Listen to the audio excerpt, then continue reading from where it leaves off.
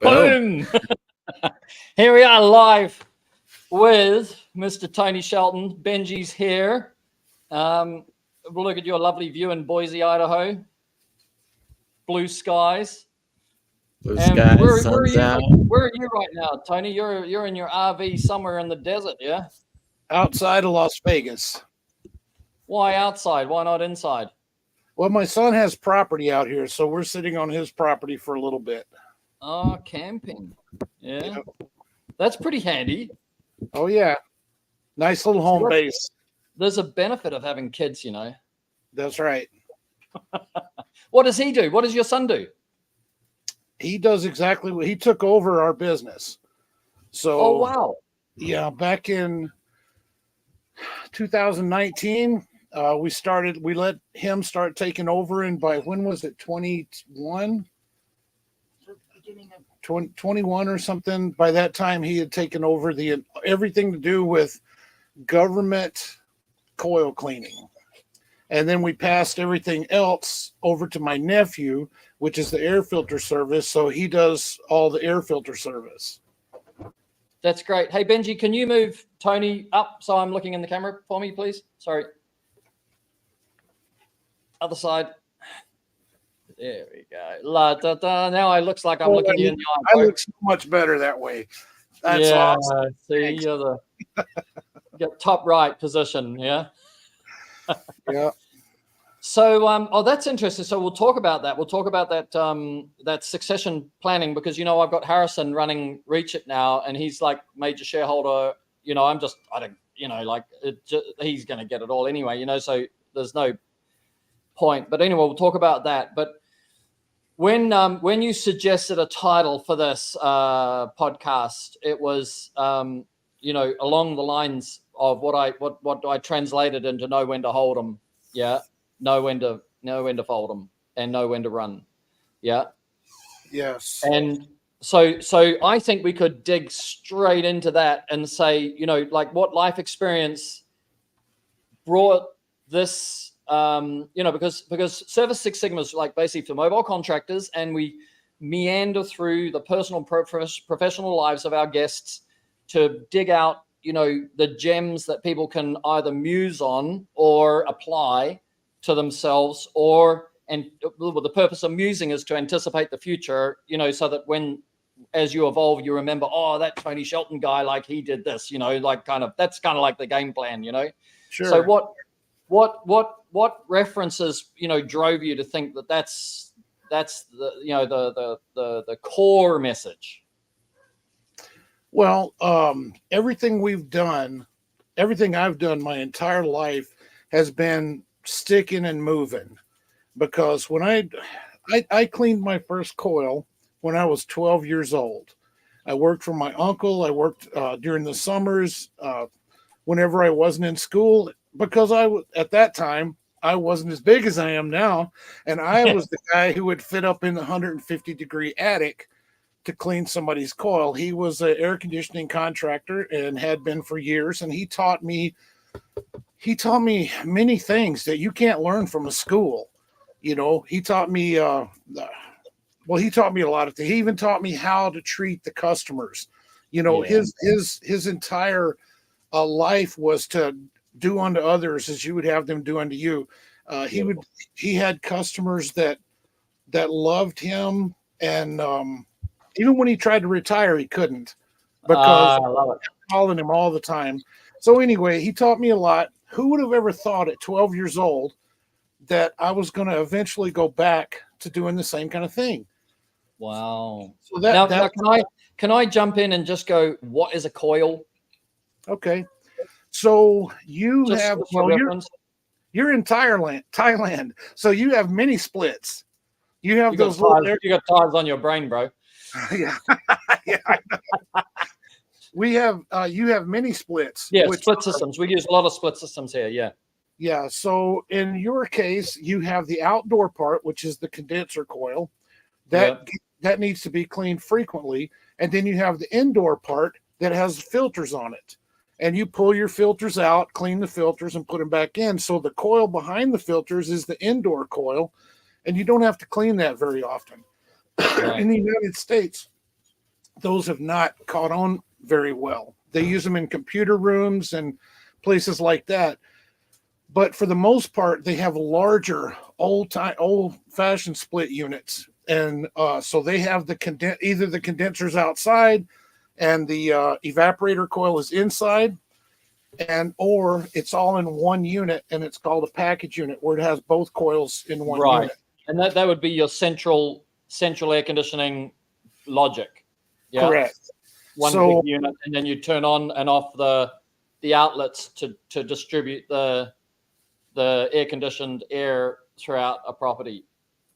Okay, you can stick with the pole stuff and the No, that's okay. I don't know anything about window washing or concrete. Okay, cool. I'm going to shut up. Carry on. It is a little more complicated than that. However, the fact is the outdoor coil needs to be cleaned about once a year. The indoor coil may go 5 to 7 years. So what we do with our customers is we set them on first of all, we put them on an air filter service. We take out the paper air filters and put in electrostatic washable filters. And then we go and clean those however often they need, every 2 months, every 3 months or whatever. But then we incorporate in that once a year, we clean the outdoor coil. And then once every 5 years, we clean the indoor coil. And we put that all in a package and make 5-year contracts. And we've been doing that for almost 20 years. It works great. What a great business. Okay, so one son gets one side of the business. What were you doing before coil? Oh, yeah, no, sorry, I jumped in. So, yeah, you were 12. Right, how far you want to go? So at 12 years old, I thought my parents wanted me to be a doctor or a lawyer. You're obviously smart enough for that. I did not have the patience to be either one of them. Right. And I hated English and things like that you would need to be a lawyer. I really hated that. So I went to here's a big mistake. Well, not really a mistake because everything worked out great. So this is about sticking and moving. So my parents wanted me to go to college. I fell in love at 17 years old. Yeah. So instead of going to college, I went to the Navy, and I was going to be a nuclear electrician in the Navy. So that's what I signed up for. But long story short, in the 1 year that I was waiting to go in, I got 2 scholarships to play baseball at 2 colleges, full scholarships. And they wouldn't let me out of the Navy thing I had signed because I had already signed all that. So now I can't go to college. So I ended up going to college while I was in the Navy.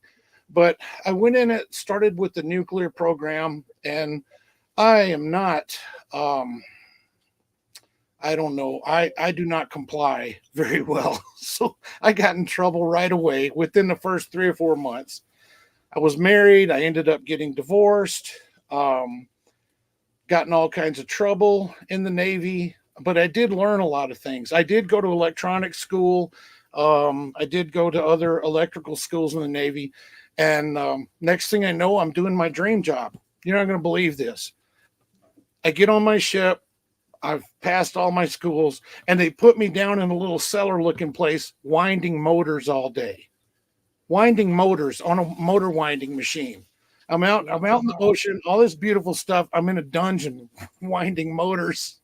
So I asked to get moved to a better place, and then they put me to where all I do is go around all day changing little magnets in the hand dryers in the bathrooms.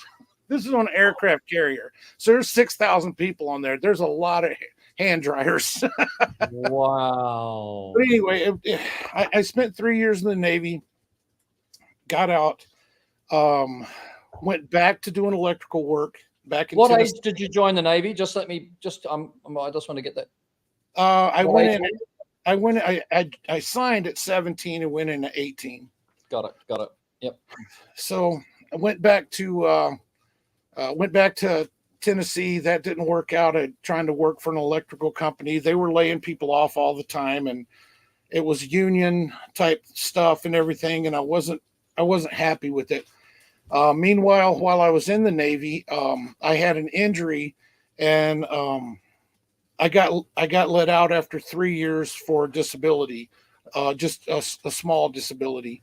But I met my second wife, and we had my son Chris, and that was many years ago. And we went to Tennessee to try to work with the electrical companies, and then when that didn't work out, we went to California, not knowing what we were going to do. And I met this gentleman at church. I had no idea what he did. Turns out he was a private investigator.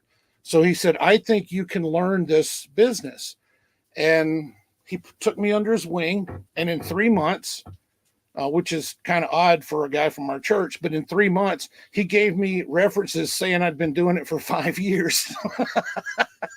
And I got a job at one of the largest investigation firms in San Jose, or actually Northern California. And Wow. it worked out great. It was good money, but it was long hours. And the bad thing was I didn't like lying all the time. You had to lie in that business. It was a daily thing every day, because we were doing workers' comp fraud. So Right. every day you're calling some guy's phone number and asking if he's there, pretending like you're somebody else. You're knocking on the door. They had us dressing up in the power company out uniforms and going on knocking on people's door with a clipboard and stuff just to verify the person was there before we sit in the van for 40 hours waiting on them to move, And it was good money. I mean, it was really good money for my age, but I just didn't it didn't sit well with me. And don't let anybody tell you that deception in your job doesn't go over into your home life. Because if you can lie all day in your job, you're going to lie to your wife. You're going to lie to your kids. You're going to lie to your family. Yep. It goes inside your whole being. So Yep. I didn't like that. That's not to say I learned my lesson at that age, because I got way worse. I got worse. Okay. But anyway, do you have any questions about that period? No, we'll come back to it. We'll come back. You get on a roll, bro. Okay, so then after that, I'm trying to think here. I did that for about 4 years. We moved around. I actually opened an investigation company in Mississippi because my boss sent me on a long trip cross country doing case after case after case after case all the way across the country. And I told him, once I get back east, I'm going to start my own company. And he knew it. So we got to Mississippi, which is where I was born, and some of my relatives lived there. So I started my own company. Mississippi is crazy. Listen, all the stuff you have to go through in California to be a private investigator. I go to Mississippi and I'm like, hey, I need a private investigator's license. And they're like, license? We don't even know what that is. And I said, well, how do I become a private investigator? He said, go out and make some business cards. Unbelievable. I went to the sheriff and I asked him, because it didn't seem right to me that it was that easy, right? Yeah. I went to the sheriff and I'm like, yeah, how do I do this? He said, I don't know. I don't even know. And I said, well, what about a concealed weapons permit? He said, I can give you that right here. And he reached in his desk and signed a little piece of paper and gave me a concealed weapons permit. Goodness So, anyway, it just didn't work out. The ex-wife, second ex-wife, it just didn't work out. We ended up down in Florida for a little while.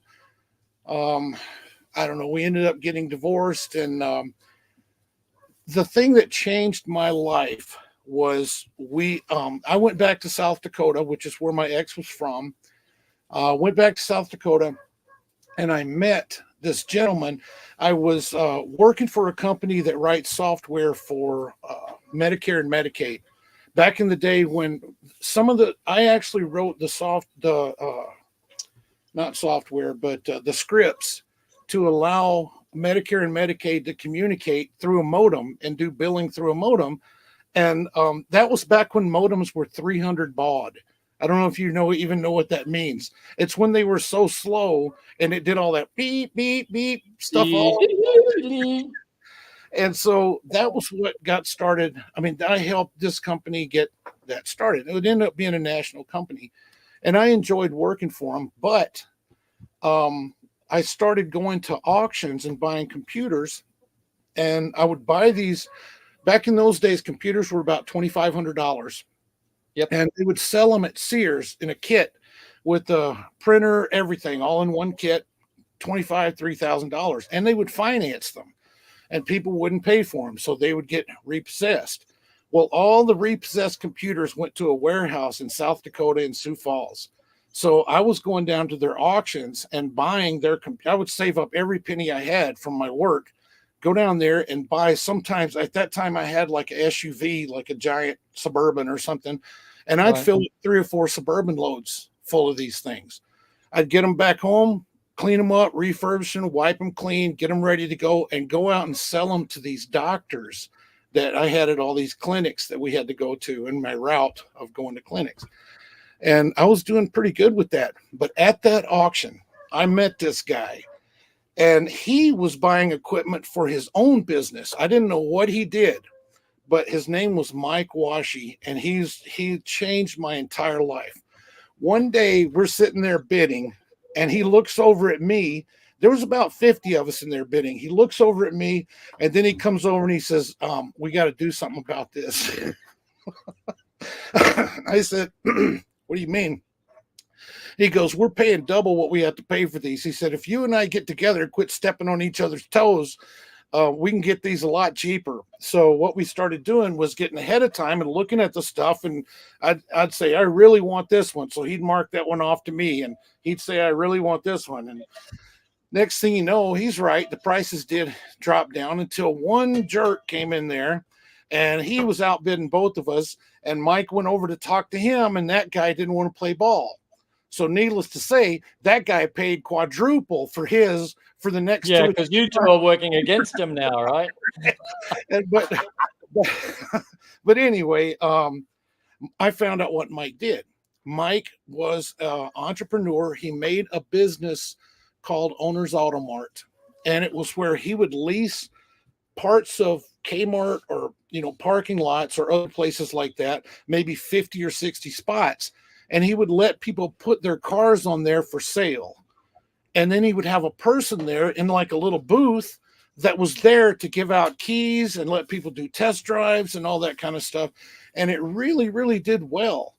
I ended up writing a script kind of for him so that every morning he could put the newspaper in a scanner, and then all it would do is strip out all of the brand new ads that people just put in to sell their car.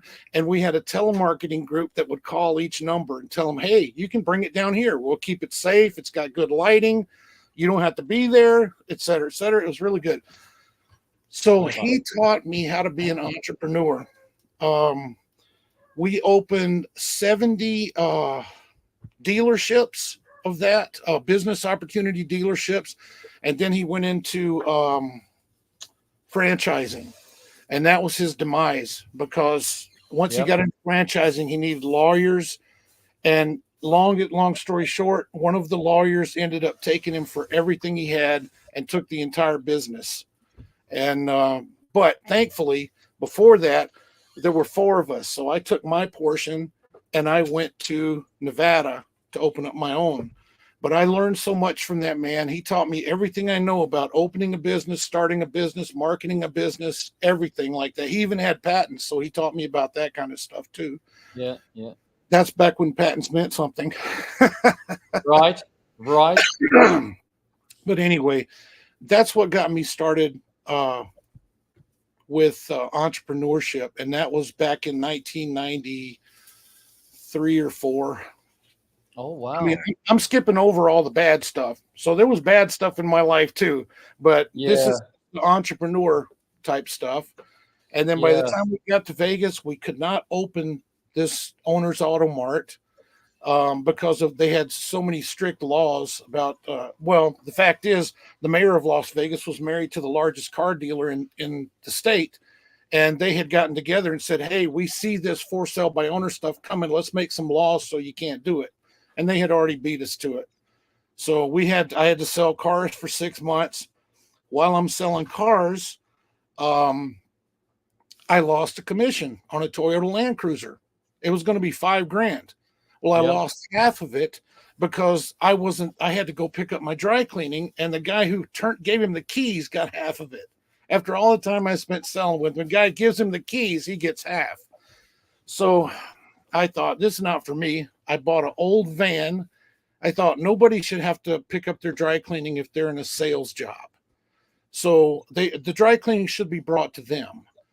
And so I bought not an old van. It was a 3-year-old van. We call it a Blue Hair bus. What it does is take people from St. George, Utah to Las Vegas to gamble.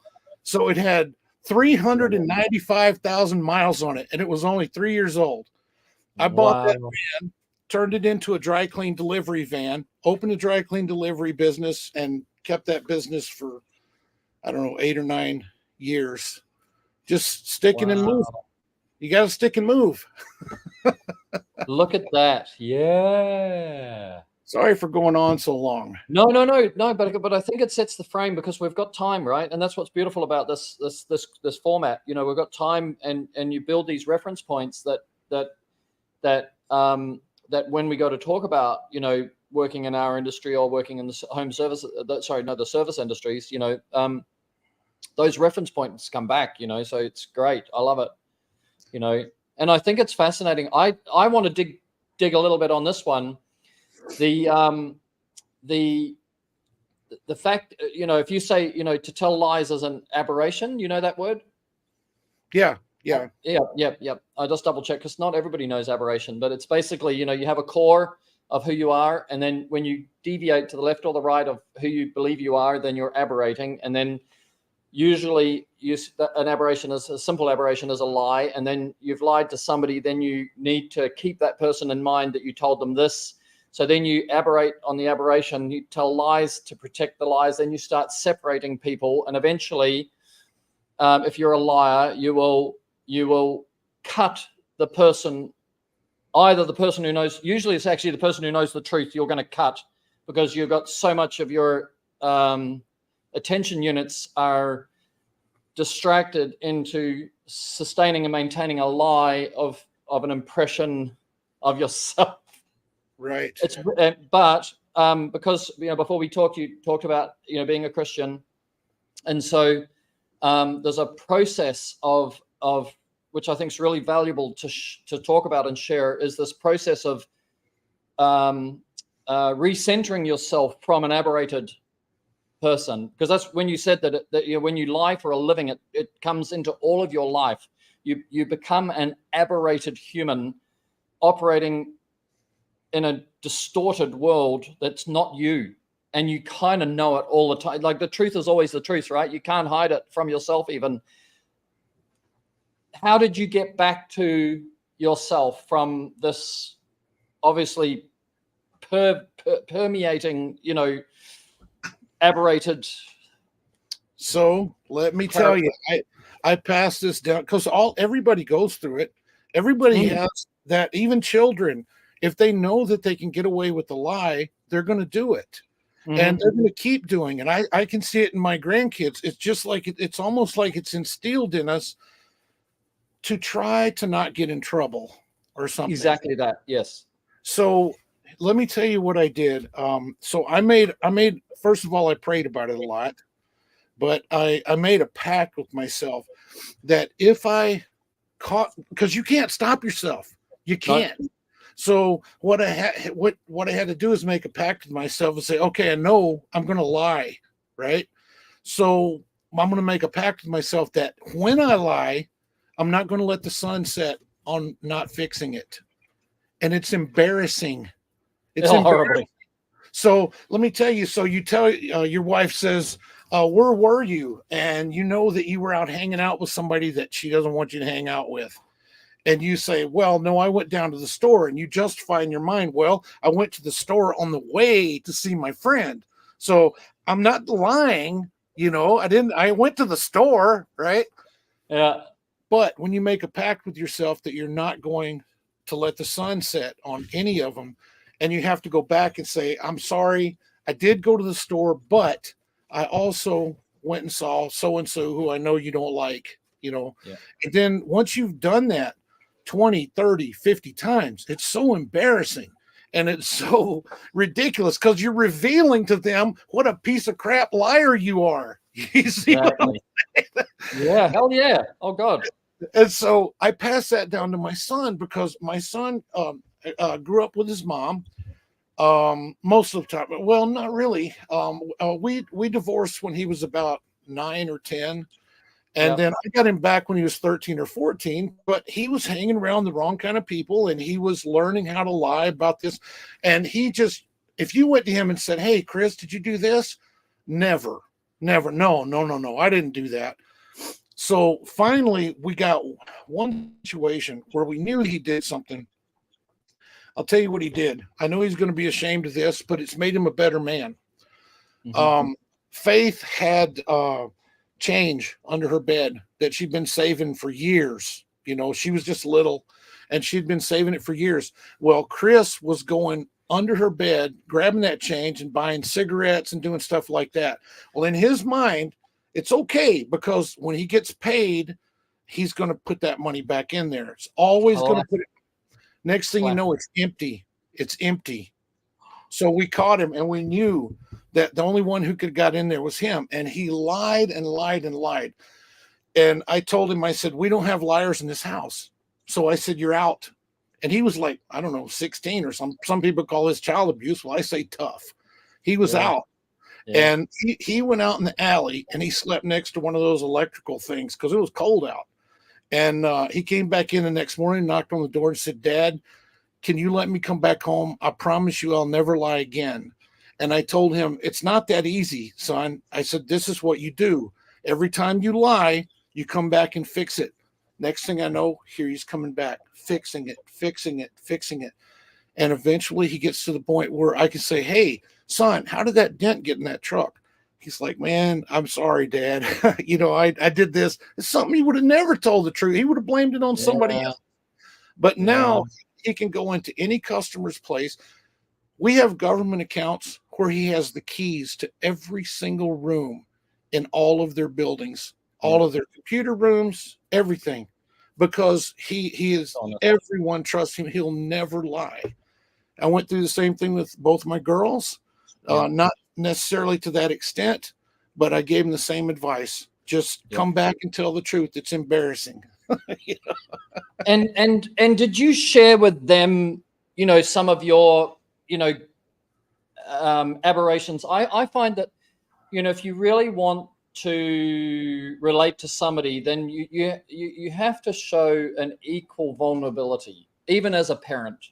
Like I'm the same as you. I'm a lie. I also have lied. I've also aberrated, so far away from my center line, Right. And did you use like examples from your own life as you explain that to them to encourage them that you can repair this? Was that your strategy, or was it just parenting? Can you remember? I have never hidden that I'm aware of.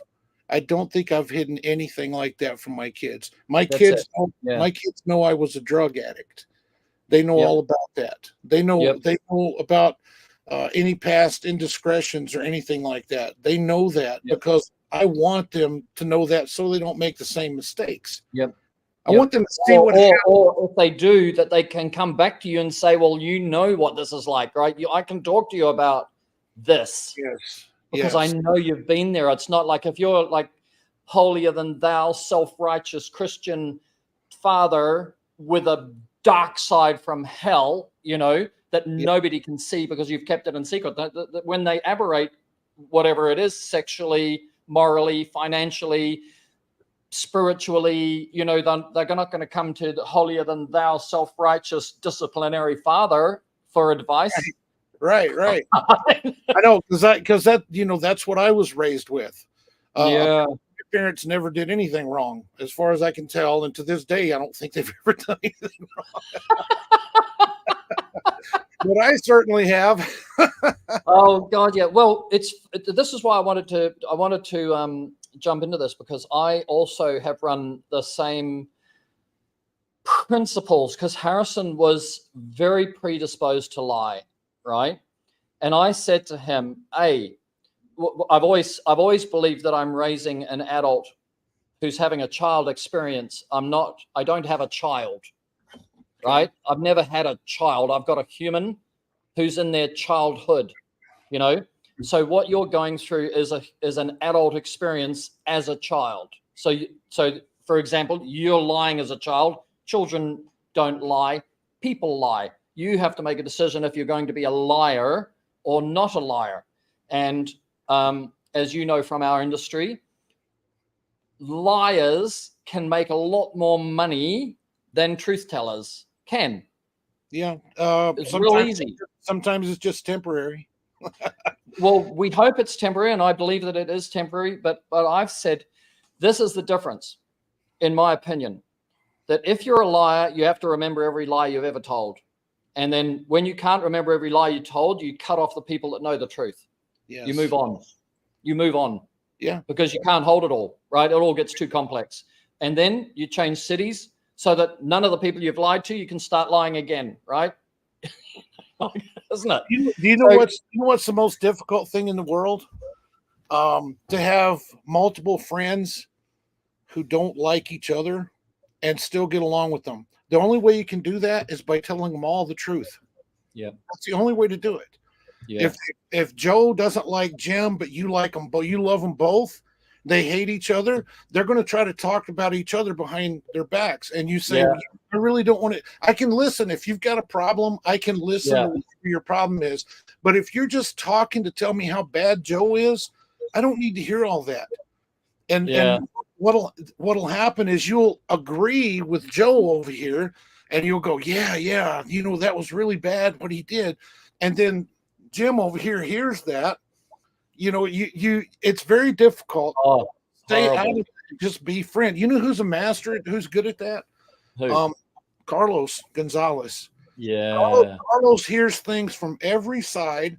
He's friends with people that just despise each other, but he stays out of it and remains friends with everyone. And that's what I've tried to do. I mean, I'm not always successful, but that's what I've tried. Yeah, well, there's a metaphor of an old lady, and I learned this when I was in my 30s, but I probably didn't apply it then. But it was basically this: that when somebody comes to you, she said, I have a blackboard, right? Back in the days when you had blackboard rather than whiteboards, But anyway, the story is I had a blackboard, right? And she says it's double-sided blackboard. She said, but when you want to tell me about something, you're just writing it on that side of the blackboard. Right? When I react with somebody, I'll write it on my side, right? I can read your side and say that's your experience with this person, but that's not my experience with this person. I love that, Right. Yeah. So it gives them permission to tell their story. Sometimes they need to get it out. Sometimes they're actually coming for counsel and you don't know it. And when we agree with them, we don't correct them. We're really we're not doing them a favor. We're co-victiming, Yeah.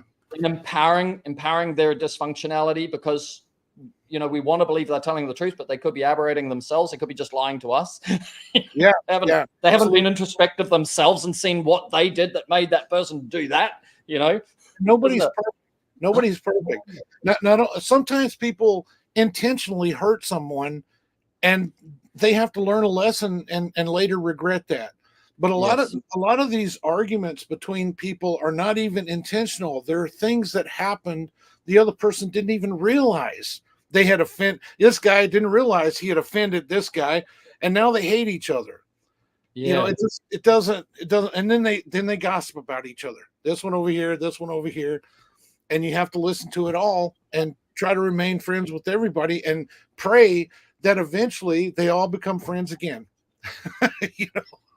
I'm not gonna. But I'm not. some people, but the thing about like what I have seen in the industry, like I just backed off a few years ago. Harrison said, "Don't bother about it. You know, just don't get involved and don't do this because you're not this person." But I will tell you, there was a guy called Tony Evans who I never knew, and I became an anti-Tony Evans Really? person. Yeah, and I never knew him, but I'd been sucked in by a hate-generating machine that makes money out of divide and conquer, Sure. and afterwards I had to go to him, and 3 times I went to him and apologized to him when I realized that me, and I'm talking about in this industry, since I've been in this industry as a mature 55 52-year-old man, I got sucked into publicly hating on with a FTE, fuck Tony Evans, excuse me, right? But that's what it was. So we would capitalize in the word often, we would capitalize FTE, and it was like a little code, you know? Oh, yeah, It's yeah. horrible, but I was a High school. 52-year-old man with and integrity is my my desire, you know, for myself, you know, like if I say, you know, which word do I want to be, you know, to encapsulate me, I'd like it to be integrity, you know. Right. And I found myself, I go, how the hell did I never even met the guy. Right. And I'd been persuaded to hate on him, you know, and then but I've always told that story too, because this is part of helping people to get free from an aberrated self and get back to them, to find their true self and be their true self and reach their full potential and reach God's plan for them. You must stop aberrating. And in order to stop aberrating, you must go to the person and apologize and be humbled and embarrassed. All those, you know exactly what I'm talking about. I've made one of my best friends in my whole life, starting with, I don't know if you'd call it hate, but maybe it was some hate. But Carlos Gonzalez. Carlos and I mean, people thought we were going to come to blows at one point in one place because my little faction was against his little faction. Yeah. And I thought something he was doing did not have integrity. And I did the thing was, what was going on was he was not doing it out of a lack of integrity. He was doing the best he knew how with the situation, and I was getting all over his case about the way he was doing it. Next thing I know, we're enemies and we're fighting and everything. And Carlos humbled me like no one, because Carlos came to me after all this. He went from UAMCC, you know, big shot, all this stuff, down to just doing cleaning. Wash on. Yeah. Wash on. Yeah. Right. And next thing I know, he comes to Vegas and he says, "Hey, you want to meet up?" And I didn't know what to think. And we met up and we sat in a car for I don't know how long in front of his hotel. And he humbled me because he was a good man and I had treated him terribly. And from that, we've been best friends for years. And I expect we're going to die best friends. Yeah, absolutely. It all started with this side and this side. I don't like Carlos. I don't like Tony. I don't like Carlos. I don't like Tony. Back and forth. But you know what? That was probably one of the toughest experiences of my life. Carlos Gonzalez. So if somebody's caught up in this and they didn't know it, like they listen to this and they go, "Holy shit, I've taken a side and I don't know anything about the other side." I think that's step one. If you've been caught in a whirlwind of data that you believe is true because it's comfortable to you, therefore the alternative view is false because it's uncomfortable to you, even though the two truths can coexist. You know, let's say, like for example, he was doing the best he could. That's a truth that can coexist with doing the wrong thing. You know, and what do you reckon is the tip if somebody says I'm caught in this? Like if they just get this awareness that they're caught in it, like I was with Tony Evans. You know, what do we do? I mean, pray is one, right? Because that's what you. Yeah, but at the same time, I think it was the situation with Carlos that made it to where I started looking at people as human beings and children of God instead of. I mean, look at you. It takes something like that to make you look at yourself. Does that make sense? Yes, yes. And when you can look at another person, I mean, we were talking before all this started about, war and fighting and all that kind of stuff. When you start looking at other people as human beings instead of ideas. In other words, what Carlos was doing was an idea, but it wasn't who Carlos was. What I was doing against Carlos was an idea, but it wasn't who I was. And it wasn't until we got together that we realized who each other was. Does that make sense? Yeah, that's really nice. Yeah. The other thing which happened to me, one of my biggest life-changing event was, I think, because it's a long life, but one of the most powerful ones was a course that I did, a 3-day course called Landmark Forum. And at the end of Landmark Forum, it's so introspective. It's very high pressure. You can't be on any depression drugs or anything like that. If you can't handle yourself without medication, you cannot do this course, right? Okay. So you go really deep into yourself and you learn a lot about humans and you learn a lot about how humans interact and you learn a lot about yourself. And at the end, you are brought to this awareness of all the things that have broken in your life, that you can make a simple scripted phone call and repair all relationships. That's interesting. There's 300 people in the room and we all went away, and all of us who made those phone calls with that script came back. I rang, Harrison's mom. When we broke up, we always loved each other. Then we really hated each other because we fought over the kids. And then I aberrated to fight over the kid because she wanted to move them to a different city. And I did all sorts of weird stuff to try and keep them. So she'd been single that whole time until I did Landmark Forum. Then I made this phone call and said, that was, my responsibility. This is what I created in what my part of what broke us. Not, I didn't break us, but we broke us, but this is my part. And I apologize for my part. Yeah. And somehow that released her. She came along and, listened to me and all that the next day, so it wasn't just a phone call. She came along and sat with me and everything like that as a result of that. And after that, she was released. If I've got the story right, because I'm telling her story, which is probably not fair, but as I observed it, she was released, and we've talked afterwards as well. But she was released, and then she went and found her husband. Because she was still showing the kids our wedding videos and stuff like that 10 years later. Right. We still loved each other, Sure.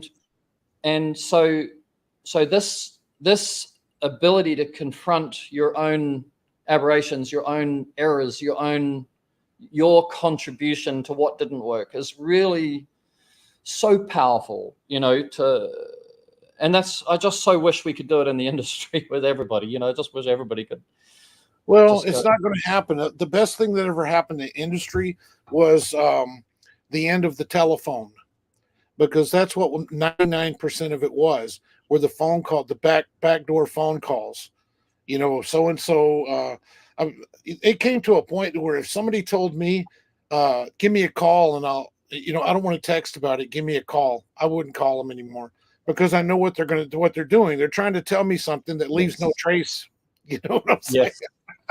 Yes. See, I do that too. I also do that. People say, let's talk. And I go, no, everything should be in text at this point because this is contentious, Yeah.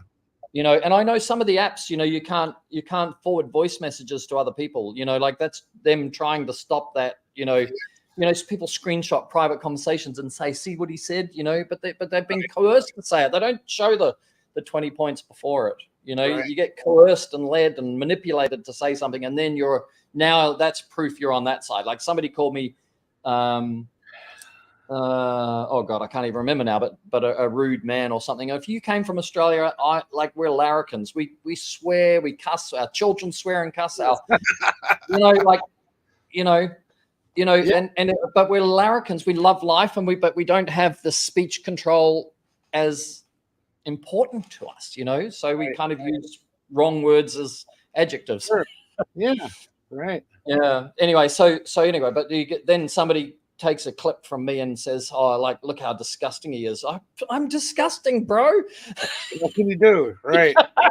I'm not going to change. I'm still I'm proper. I'm smart, I think, but I'm also have a disgusting side. I have a very dude redneck side that says weird shit.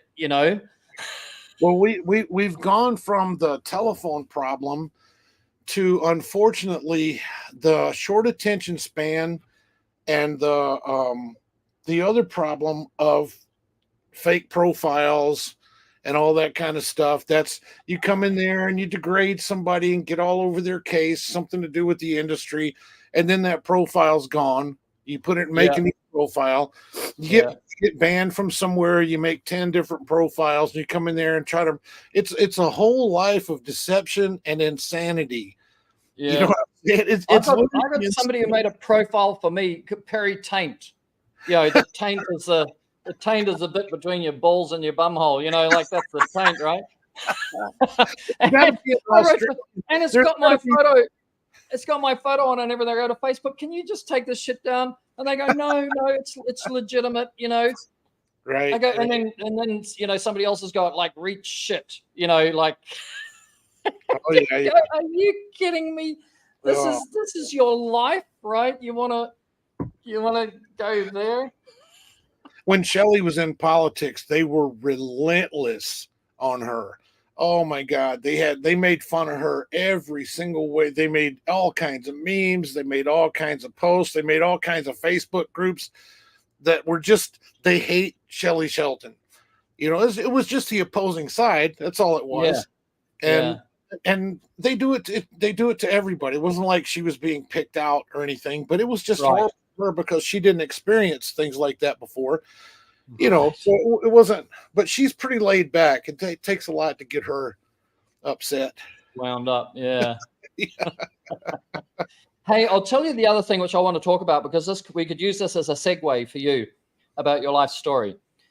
The other thing is my conclusion. I'm really enjoying this conversation, by the way. But the other thing that I think is that when you aberrate, and then you start trying to remember all your aberrations and who you've told who and who's allowed to know who, because this person thinks one thing and the other person thinks another thing because of what you've told them. And then who's allowed to, don't show photos of me with this person on Facebook. Like I've had friends of mine tell other friends, take that down because my wife or girlfriend somewhere else doesn't know that I've got this girlfriend here, or doesn't know that I have this friend here, or whatever. You know what I mean? Like it gets really complex. But so my point is that when your brain is totally consumed in maintaining an appearance of yourself in multiple formats, then you lose your creativity, because you've got no brain space left to be a creator, to be in God's image, right? Because like if we're in God's image, and we shouldn't think it robbery to think of ourselves as equal to God, like not equal as a God, but equal to God and I think that means to be a creator rather than a consumer, right? We all consume in order to create, but that's fine, but we want to be creators. And because you've become entrepreneurial, from these early experiences, and we can use those as little jump points, then I believe that a lot of the innovation and the creativity and the gifts from God that become our future business success is possible when you're not aberrating. And really difficult. Aberrators copy. They see what somebody else is doing and they go, like, I make products that solve window cleaners' problems so they can clean windows faster. My competitors make copies of what I make to stop me getting their customers. Gotcha. They don't make copies so that when their cleaners can clean faster. They do it to get money from, and to not lose customers, and to keep people from knowing about us or whatever. You know what I mean? Sure. So that's aberrated people copy. And I'm not saying I don't aberrate because I aberrate, but you know, in principle, I just know, you know, that my little book of life, everything which is true is in my little book of life. I can reference it at any point in time. If somebody triggers me, what happened when you're 5? What happened when you're 10? What happened when you're 12? What happened when you're 35? It's all there, you know. Right. What I can't remember is all the lies. Yeah. And it's always easy to keep up with the truth. It's all so easy because it's right there in your mind. But you know, you said something earlier. You said something about you can't get away from the truth, but that's not true. I've known people that have lied so much that they believe what they're saying. They've done it so much they believe what I they're love saying. that you said that. Yeah, as I do, I always give people the benefit of the doubt that they believe that what they're saying. I don't naturally assume that people are trying to manipulate me. I just believe that they're believing something as true, which I don't believe is true. You know, but actually there are people trying to manipulate me. You know, that's a, you know, you spend your life patting sharks thinking they're dolphins. Yeah. You know, you're talking about the industry and all that kind of stuff. The worst thing that I've seen, and like in watching my daughter's business, the worst thing I've seen is people who don't want to do business with her because they don't like the fact that she's friends with somebody else. You know what I'm saying? That's probably the worst thing. And it just blows me away that, I mean, I don't know. I mean, I've never been like that. I can't. No. I mean, it's. I'm like, okay, you make the best product for this. I'm going to buy it. I don't care who you are, as long as you're honest. I don't care who you are. You know? Yeah. And we're not our product. I mean, you know, like if you like, you know, if you don't like Steve Jobs, that doesn't mean you don't need to buy an Apple, right? Right. Let's put it that way. Right. If you don't like Larry Page, doesn't mean you don't use Google. Well, how do I explain that to her? I really have no way to explain it. When people actually like her, but they don't want to have anything to do with her because of someone she likes. How do you explain that to a 20? She just turned 22. How do you explain that to her? You know, it's just crazy. It's crazy. 50-year-old men doing this. You know? I don't know, but I've got no answer, by the way, and I've normally got an answer for everything they tell me. Okay, so let's segue this you know, back to center line, Tony Shelton. You know, you've gone from this career in aberration, you know, and then you've come back to your center. You've got your sunset clause for any time that you lie. I love that, and I'm going to talk to Ollie and Harrison about that. And but then now you know that there's a new entrepreneur that's born, which is a truth telling. Like, how much do you agree with me that you got gifts of inspiration and innovation that changed the industry or changed something? You know what I mean? Well, I mean, I don't know if I understand your question. So what I mean is that when when you're not aberrating, you think more clearly and you start solving problems so you become the problem solver for the industry, or the problem solver for you find a niche in business that you would never have found because you would never had enough brain space to find it. Well, and that's because that's right. You're having to think all day about what you've been lying about, and then all of a sudden now you can focus on something that actually does something.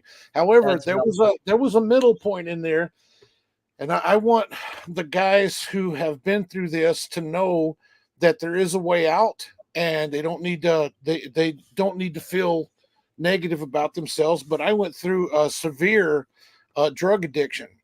It started when I was back at just getting out of the Navy, and it was light back then. But then once I had tasted a little bit of entrepreneurship, I went to the car dealership and I met this thing called the car salesman and his stripper girlfriend. It's every car salesman has a stripper girlfriend, I think. And next thing you know, we're doing cocaine. And next thing you know, I'm laying on the ground, drooling out of my mouth and can't with a needle in my arm and can't see and having convulsions. It was terrible. And it was because I felt so bad. I felt like I was worthless, because when you first start a business, by that time I was just beginning to start the dry cleaning business, Right. dry cleaning delivery. And I remember the very first time I had a $20 bag of dry cleaning in the back of the van. And I was so excited. I had my first customer. But it was a slow go. It took 6 months, and every month our bank account is getting lower and lower and lower.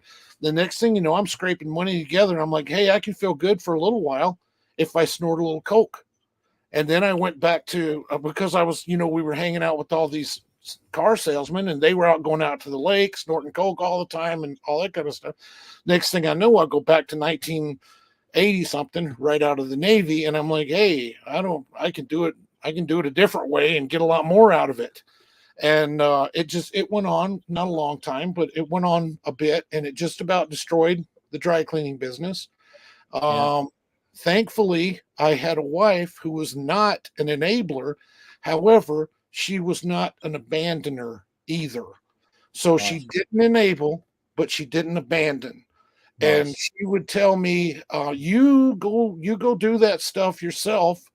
And then when you're done, come on up, because I'm not going to come down there and check on you. And if you kill yourself like that, you've just killed yourself, but I'm not going to follow you around, see if you're okay and all that kind of stuff. And she didn't. And it took me about, I don't know, 6 or 7 times asking God to help me stop it. And it didn't happen right away, maybe 6 or 7. And then I just kept praying the same thing over again. Just please take this desire away from me. Just take it away, take it away. And after about 7th time, I woke up one day and it was gone. I mean, the desire for it was gone. And I never did it again. Wow. Changed my whole life. Never did it again. And after that, the lies were gone. The trusting in God rather than trusting in myself. When that was gone, then that's when everything started to come into place. So it's not just the lying. It was the combination of the two. And I had abandoned my faith at that point. I grew up in a very strict religion. And I thought, well, if I'll never be good enough to go to heaven, so I might as well just quit trying. And a lot of people probably know what it feels like to be in that position. So that's how I got into the drugs and all that. That's probably why I got divorced in the first place. And so once I said, hey, I had a friend that was a minister. He taught me about, and he didn't teach me this from the pulpit. He taught me this from a friendship, a friendship. And once he taught me, hey, there's grace and God loves you even when you make mistakes. Once he started teaching me that, then I started realizing I don't have to be perfect all the time. And once the lies were gone, the drugs were gone, that's when things started to look up. But everything didn't go perfect. We still had problems, still had ups and downs, but now I had hope. Every time I had hope, I didn't feel like I'm done for.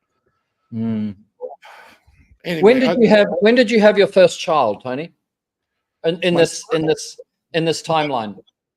The first child was Chris was 1987. So I got out of the military in 1986. And so he was born shortly thereafter. Right. And I had just dabbled into that kind of drug stuff right around that time. Okay, so you're even a father. You're even a father, and you're going down that road. Yeah. Because quite often becoming a parent will also give you added momentum in the restoration of your character. Because you realize, we had Augie Dugar on. He said there's some scale of selfishness. I don't know. I can't remember what it is, but he said I was at the pinnacle, because he and I used to have problems. He'd break all my shit, right? And some of it was breakable, back then. And we always called it the Augie Dugar test. If it survives Augie Dugar, it's Neanderthal proof, And but he said when he had his child, and he was fortunate that he went to Concur and got some peers in the industry, which have been his. But anyway, he he was able to see how selfish he was, and then he had a child, and who's now 3, and he realized that he must not be. It can't be selfish no more, right? But Yeah. But this is interesting to think that you're still a parent, and then you still got caught in it, Right. Well, which is scary. I'm telling you, drugs and despair will overpower being a parent. We see it all. It'll overpower anything. It'll overpower your relationship with your family, your kids, everybody. And the only way out of it is to understand that somebody loves you, even if you don't love yourself. Yeah, lovely. See, this is so much apparent. The principles of being a good parent, which is being lost in this ideology of neoliberalism right now.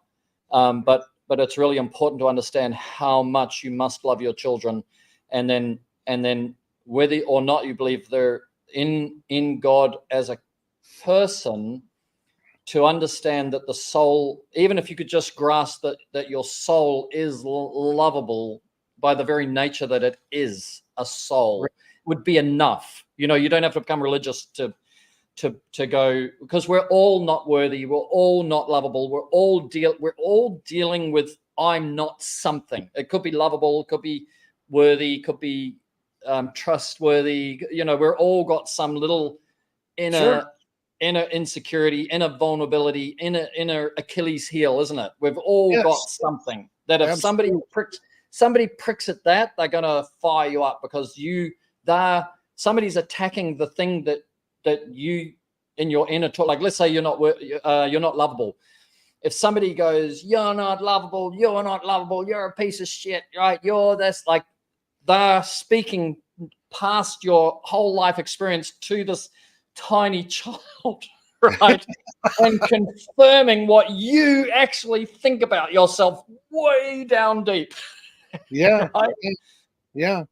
Remember, you were talking about how even though we're older, and of course you're way older than I am, you're like old as the hills, but and we were talking about how you still feel young on the inside. Yeah. Well, guess what?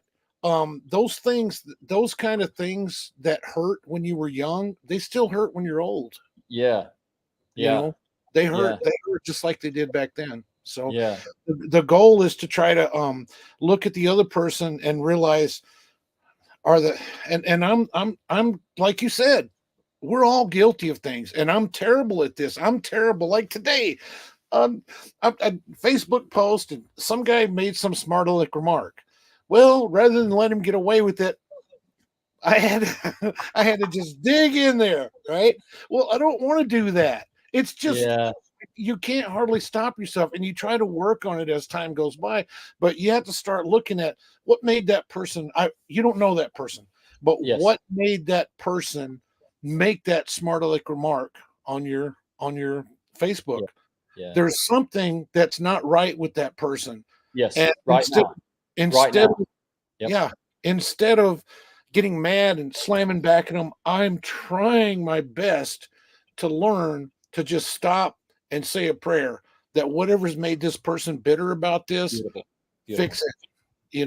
The thing which I work with Harrison, because Harrison and I work together, and you work together with your kids, but what we have as a rule is this: we say when the reaction is greater than the cause, the reaction is not the reaction to the cause. So it's like the straw that broke the camel's back, right? So you drop a piece of straw on the camel's back and the camel's legs collapse, right? It's not the piece of straw that made the legs collapse. It's all the other shit that the camel's got on its back at that time, right? And your little comment just... So the reaction of the camel collapsing, or the reaction of an irrational outbreak, or whatever, that's not a reaction to what you just said. That's not a reaction to what you just did. What you did just topped out my attention units, topped out my rational mind, and I've now flipped into an irrational, emotional, uncontrollable asshole, or whatever. Well, you know what? I'm going to use that, and I'm going to think of that every time I get ready to post back some smart aleck comment. I'm going to try to think about that. That's not to Yeah. say that's not to say that tomorrow I'm not going to just snap back and say something, but I'm going to try, and I'm going to Yeah. use that. That's Well, that camel with the straw on its back. I'm going to try that every time. yeah, it's when the reaction to the cause is greater than the cause. In other words, I made a comment, their reaction is greater than it outweighs the any possible meaning that my comment could elicit that reaction. Then that reaction is not a reaction to what I said. It's a reaction to something else. Their world, they just found their wife in bed with another man, or their truck just had an accident and their worker got killed, or they just found out that their overdraft got canceled, or they're, you know what I mean? That's funny because that's exactly the same kind of example I've been given to my kids about getting so mad in traffic. You don't know what the other person's going through. You don't know why they went the maybe they're thinking about their mom is dying in the hospital and they're not Yeah. thinking, and they make a stupid driving mistake. Well, So maybe they're trying to get to the hospital. They've cut in front of you because they're trying to get to the hospital before their mum dies. right, Right? yeah, You know? So yeah, these are the two words that you'll see me post them in Facebook, right? I go sympathy and empathy. If somebody's being a totally negative person, then use sympathy, because you wouldn't want to be them. So you can use sympathy, and then use empathy to imagine that their life is so bad and so horrible. And we've been through, we talked before, like we've both lost all our money. We've yeah. both been on the bones of our ass. Like we've both been delivered horrific news. Yeah, Divorce is incredibly challenging. Some people have lost children, or they've got a partner with a terminal disease, or fighting to survive a terminal. Like there's just so much else going on in people's lives. So then empathize, like empathy that say maybe they need me, which is a Carlos, and then we come back to Carlos. Yeah. yeah, Because Carlos says maybe you need me yeah, in your life yeah, rather than against me or something, yeah, yeah. Yeah. So Deep. I don't know how much time do we have left. Another whatever. We don't ration this. This is too good, bro. This is great. Like because we're gonna morph into well, this is still, stick it or what is it? Stick with it or Stick and move. stick Is that and what it move, was? right? Yeah.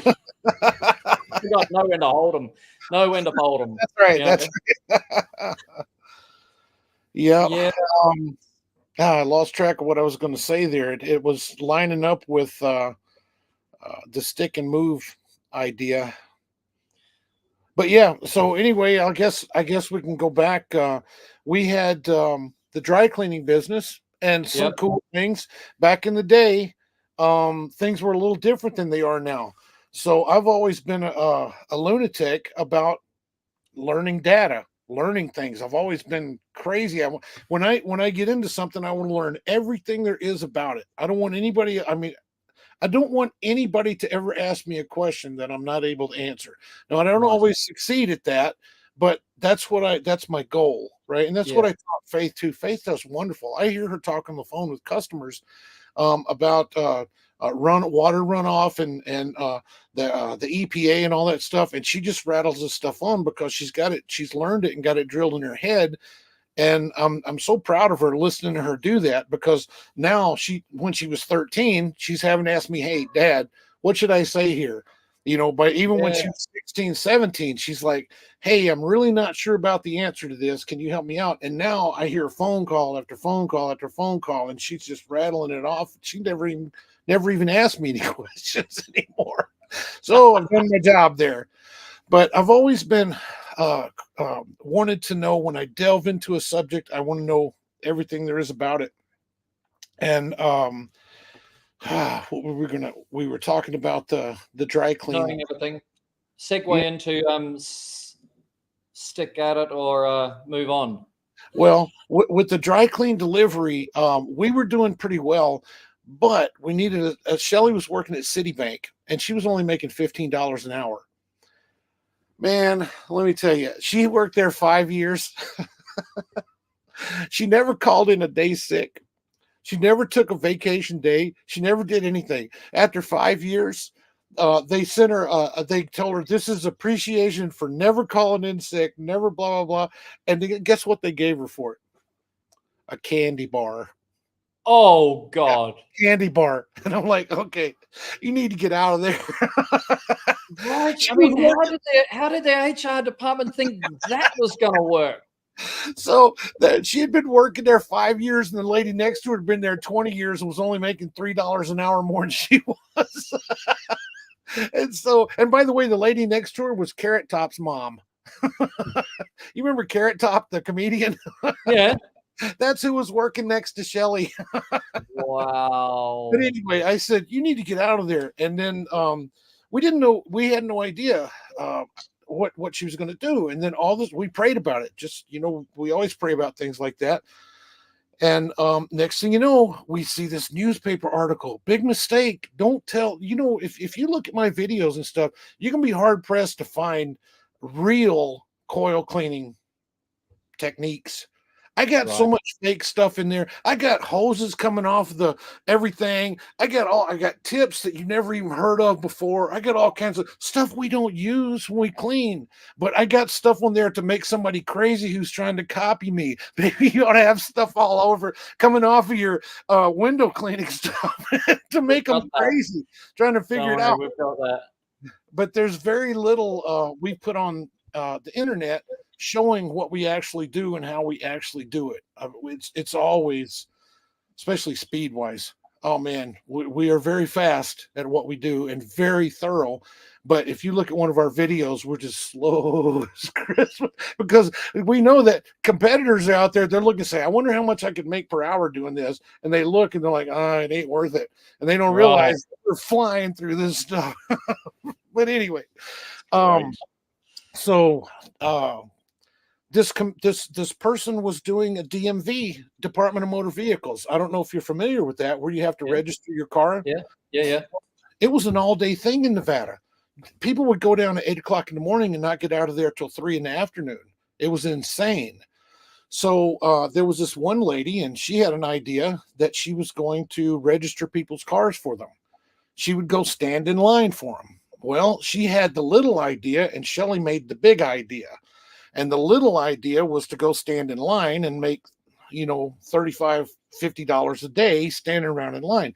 Shelly's idea was to get 10 or 20 car dealerships that give her all their registrations. So she would pick up 25, 30, 40, 50 of them in a day, get them all done, put them in a packet, take them to the DMV, drop them off with one lady, and that lady does them all for $35 a piece. She made $8,000 a month her first year when she didn't even know what she was doing. And so that helped us. That helped us with the dry cleaning. It also helped Shelly get away from Citibank. It helped her because she's a good phone person, but she's not a good in-person person, and I'm neither. I'm better online than I am in person. But that got her opened up to where she talked to customers. And then also we blended that. So now she's got all these car dealerships she's doing that from. Guess who I got for dry clean customers? All of her car salespeople. See what I'm saying? When we ended up a couple years later, we ended up doing the coils and air filters. Guess who our first customers were? All those car dealerships. Yeah. Right? So you got to move wherever you can and use whatever advantage you got. So tell me the segue into coils, because that doesn't there's no natural pathway between dry cleaning and coil cleaning. Okay. The only natural way to do that is from God, because we had relatives that started dying. Our relatives are old and they're back east, and uncles die, nephew dies, somebody dies. We this dry cleaning stuff we were doing fair, but we had it was a 6-day-a-week job. Yep. It was 6 days. There's no way around it. It's a cycle like that. Yeah, you're on a wheel. You got a wheelbarrow. You got to if we wanted to make money, you got to pick it up and move it. Yeah. Even though we had employees, we still had to be there to monitor everything and make sure everything got done. And so, anyway, one day we started praying, hey, we need a job. We need a business where we can take time off in case a relative dies. We can't have this restricted, got to be here Monday, Tuesday, Thursday, that kind of stuff. Yeah. And so we prayed about it. And about maybe 2 or 3 days after we prayed about it, my air conditioner went out in the house, and we had a home warranty. It's kind of like if you have a power washing company, the last thing you want to do is wash your own truck. Right. But I knew all this electricians. I had done HVAC back when I was younger, but I got a home warranty, so I didn't have to do it because I don't want to do that anymore. Right. Yeah. Yeah. And the guy comes down out of our attic with a filter. He says, this filter's probably been in there 20 years. It's just caked. It's just a solid cake of stuff. He said, that's what burned your fan up, trying to pull air through that. And I thought, we're delivering dry cleaning. Why can't we add air filter service and change filters at our customers' houses? We're already there anyway. So why not just bring filters with us and change that? So I started looking into filters, and I started saying, I really don't want to carry around a ton of paper filters. It just doesn't make sense. I have to have a bigger truck, and I already got the truck full of dry cleaning. So I thought, let's. Are you still driving the same bus at this point?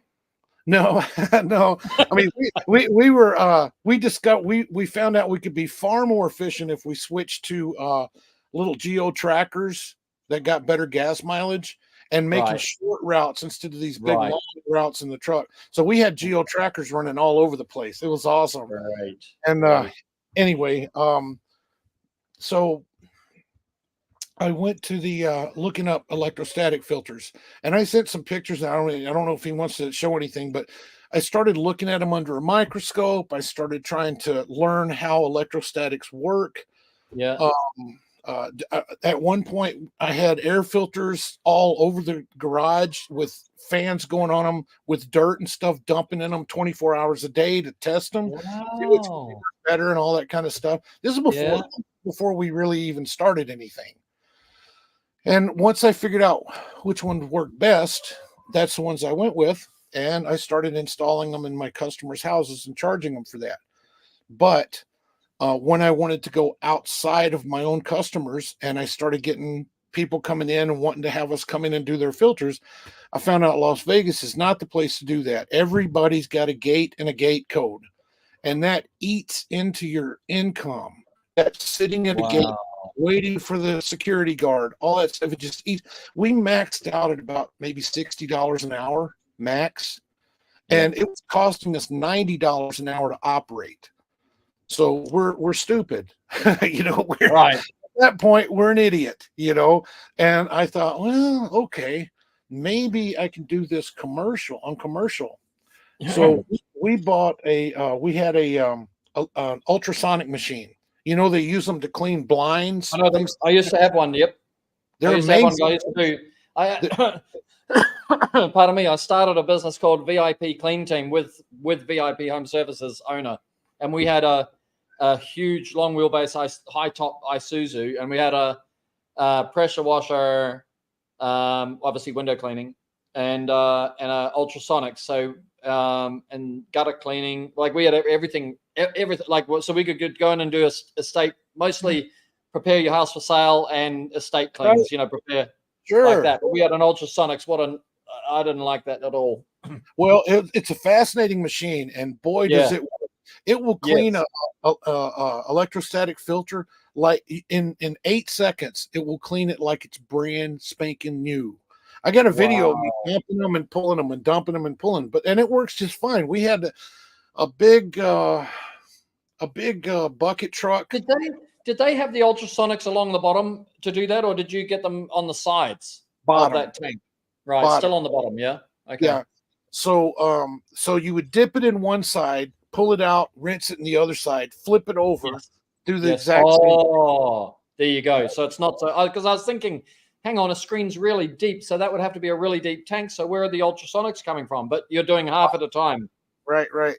And that works fine we had this thing strapped down in this bread looking truck that was a bucket truck with the lift on the top. Yes. So we had it strapped down in there, and we had And a tanks, generator. had a generator, we had tanks of water, because, well, let me tell you, it works fine if you're going to do up to 20 or 30 filters. But then the water starts to stink. It literally smells like urine. And do you know why? Do you know what the most contaminant in your air filter is? No. Skin. No way. Skin, yeah. So you pick up an air filter, it is skin inside, skin that sheds. Yeah, because every 7 days we lose an entire layer. And that skin, when it's gotten wet and been able to sit, it literally starts to smell ammonia like. Wow. Right? So here we are. I spent all this. You know how it is when you first start out something. You're not smart. You go out, you get an idea, you go to the bank, you get a loan. So here we buy this machine. I think it was like 12 grand or something like that. We buy this machine. Everything's working fine at a macro level. But then when you try to expand the business, you can't go any further. Let me tell you how bad it was. So we got a Costco account. Costco has 150 filters on the roof. And we were taking that big, you know how they are? They're like 7 or 8 feet long, these ultrasonic machines, right? Yeah. We were taking this machine, strapping it onto the lift, lifting it to the roof of Costco and trying to do them on the roof because it was far too long. It would have killed us, these heavy electrostatic filters, carrying them all across the Costco roof. Oh my God. Guys would have been dead by the end of the day if we brought them down. So it was insane. And then I got frustrated, probably back in 2006 or something like that. I got frustrated, and I had a little pressure washer that I used just to clean the truck out. It was hooked up in the truck to a tank, and it was just a clean little electric pressure washer because I had a generator. And I'm cleaning it, and all of a sudden I take it and I whipped it across the filter, and it cleaned it pretty good.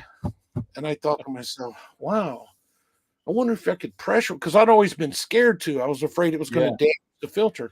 Yeah, and the filter, I wonder if I can pressure wash these. And so I pressure washed some. And it didn't take long for me to sell that ultrasonic machine, because with the right pressure and the right gallons per minute, we could clean those filters thoroughly, very, very quickly, and the right temperature too, depending on what you're doing. Yeah. And next thing I know, I switched over.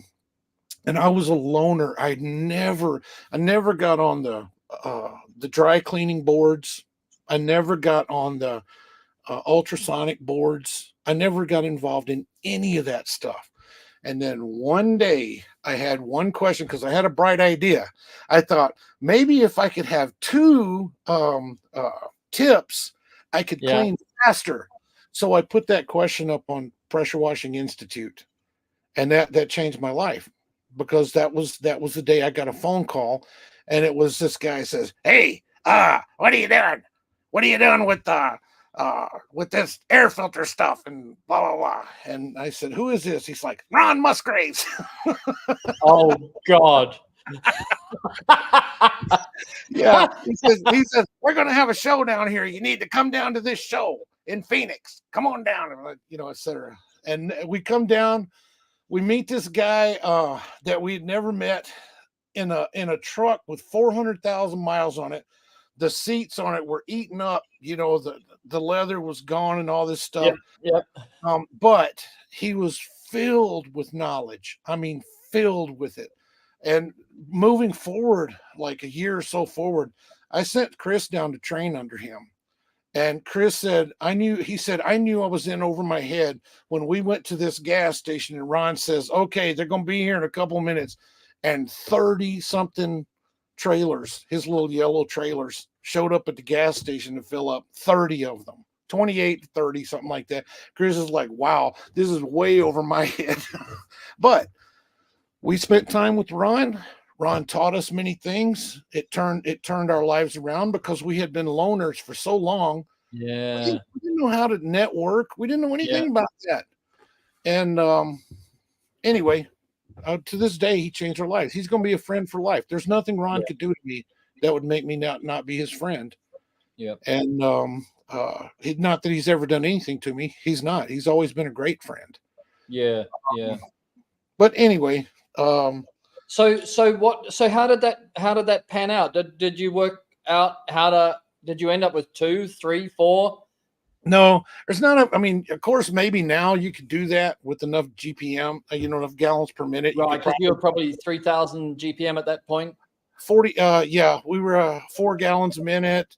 Right. Like 3,000, something like that. But you can't use 3,000 to clean. I mean, you could, it'd probably blow the coils out or the filters out.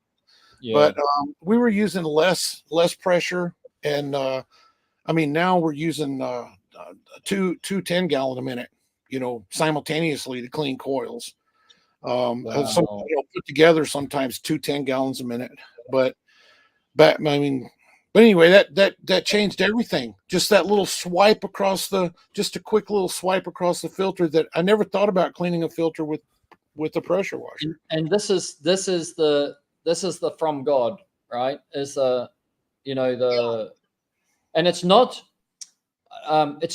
that you swiped it across, it's that you saw what happened. Do you know that story that some guy, he was a one of those super religious Christians, and he fell off a cliff, right? And there's a tree growing out from the cliff, right? And he bloody landed on the tree, right? And he's hanging on the tree, right? And he's going, God, why did this happen to me? Like, what am I like this? And then all of a sudden a helicopter came along and he goes, no, God's going to look after me, right? Whatever, And then anyway, he falls to his death, and he goes, God, like, why did you let me die? He says, well, what do you mean? I sent you the helicopter, I put the tree there, the tree got you, then I sent the helicopter, and then, like, what are you talking about? So it's the awareness. That's a person who misses it, but the awareness that you saw it, and you took it and rode with it, like I say the same with our brushes. We've got a 7-channel. Sticking and moving.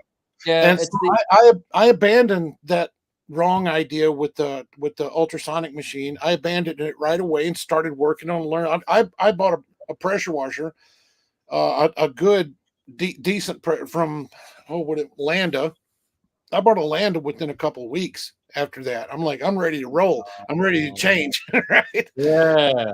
Oh, so. Dude, that's really amazing. And then, so are you allowed are you comfortable saying like the kind of multiple hourly rate difference that made at that point, after you've set everything up? Is it times 4, times 5, something like that? Okay. So let's say, I think you're talking about the way we were able to do work after that.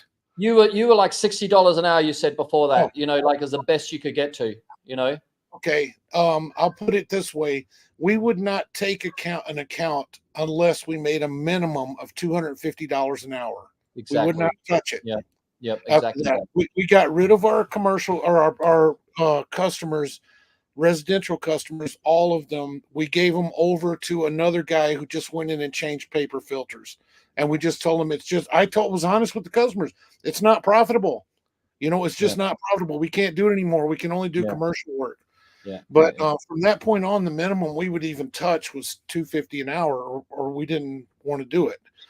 But Tony, don't you think that $250 an hour is, because this is actually the reason I started Reach It, right? Is because the window cleaners were the poor man of the service industry. Like most window cleaners were talking $60 an hour. Yes. Even I went to the PWNA. And the super guy who's got all these trucks, he's talking to me like 5 years ago, like $100 an hour. That's it, right? I don't want your stuff. I don't want ROs. I want DI. I just $100 an hour. I'm good. And of course, it's a successful model if you can multiply it that big as he is, maybe 16, 25 trucks. I don't know, 50 trucks. I don't know. Yes.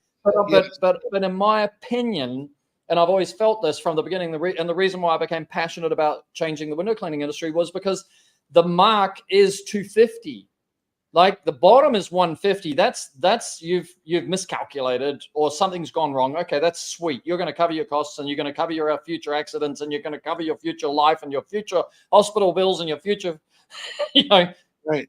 that's 150. 250 is, you know, okay, you can scale. Do you agree with me that that's Yeah. With my son, like I don't know if I probably didn't mention this, but back after we met Ron, I told my son, I said, you know, maybe you'd be interested in this surface cleaning stuff. And he's like, you know, no, he wanted to go down to Florida. His wife is from Florida. They wanted to go back. They went to Florida. They didn't like it. They came back, and he's like, Dad, what is this surface cleaning thing?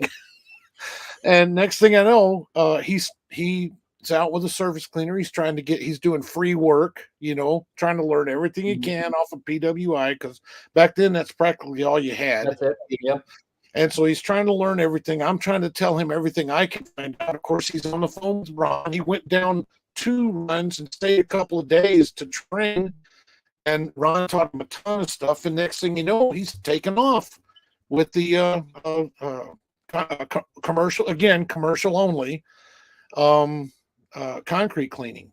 And he did a lot of things. He's, you know, like you're saying, stick and move. You try something, it doesn't work out very well, it's not very profitable, you let it go. Don't keep trying. You're going to make it better and all this kind of stuff. Is the point. And whatever you do, don't keep it just to keep your employees busy. Get out and get work that is profitable and make your employees busy from that profitable work. Yeah.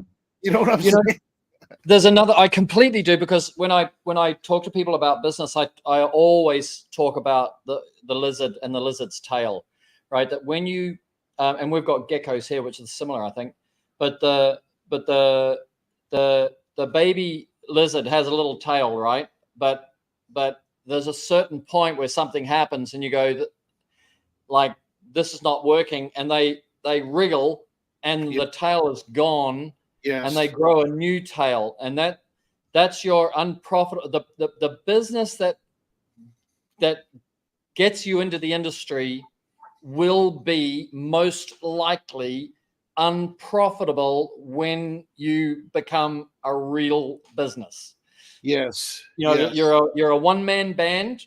That business is fine. $50 an hour, $60 an hour, $100 an hour. That's fine. But when you actually become a business, that is not profitable. And so those customers need to be offloaded or shared or something, but they've got to go, because you've got your 40, 50, 60 hours a week, whatever you want to put into it. You've only got those hours and you need to slice them off. Absolutely. Right? Yeah. And you know, that we've always been with the electrostatic air filters, and we were. This is another God moment. I had a friend who, I don't remember where we knew him from. I think he owned an air conditioning company, but I think Shelly met him through registering his vehicle. And the guy was always calling. He had a electrical business or air conditioning business. He was always having her register his trucks.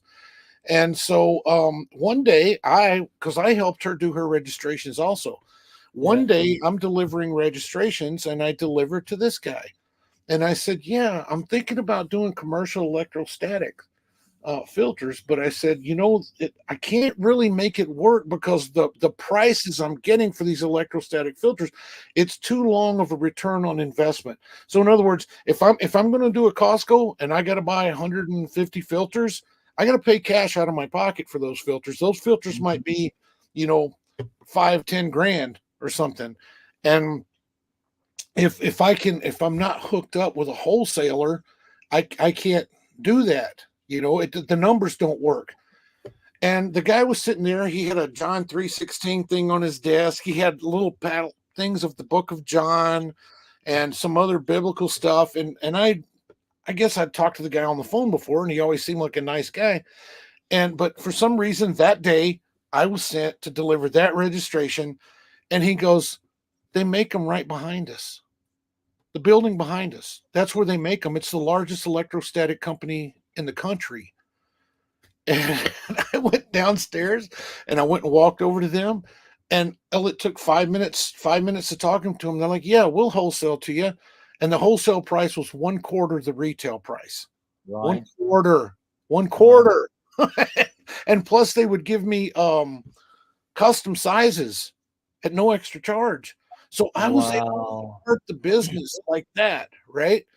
And but unfortunately this company has, the owner's gone, and this company has changed so much. It's actually back to now my wholesale price, or Chris's wholesale price, is almost what the original retail price was. So I had always thought, I love these guys. They're great people that make these air filters. They've always been good to me. However, their filters lack some things. You know how it is. With window washers, their product lacks something. And I tried to tell them, okay, on a commercial basis, your product is lacking this, this, and this. And they're like, it doesn't matter. We know our core customer. We're not going to change, which I understand. I get it. Very cool. Yep. But guess what? I have to make that change. And that's why Faith and my daughter Abby are manufacturing filters right now because of that. Because my nephew Ryan could buy filters from this company at a huge price, or he can customize his own filters and buy them from his niece and his Aunt Shelly. See what I'm saying? Yeah. It all started with that dude that I was delivering a registration to. Wow. I had no idea that they were making them right. They didn't publicize it. It was just a warehouse where they make them. It's gigantic, but no idea. Anyway, crazy stuff. But I mean, this is the other word which I think I love is serendipity. If anybody has read the Celestine Prophecy, it's probably 20 years old now by James Redfield, but there's a Celestine Prophecy and then the several books after it. That's funny. You and I may be the only people that we ever meet who know that book. I've actually read that book. It's been a long time, but I bet you there are very few people who know that book. Right. But that book made a huge difference to me on the serendipity. Everybody, it's Ecclesiastes. Everything for a reason or a season. I mean, that's it's there as well. But to give you a full awareness of how important it is that when you connect with somebody for the 500 people that you visually connect with or auditorily connect with in a day or physically connect with in a day, there's maybe 1 or 2 or 3 people in a week or a month that you get this zing, and you're into each other, or there's a moment, and that's the Celestine Prophecy, that's serendipity, and to respect it.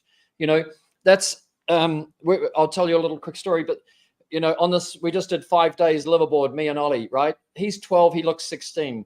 There's a dive master instructor who's 22, 23, prettiest girl on the boat. He's always gets the prettiest girl on everywhere he goes. There you go. Him.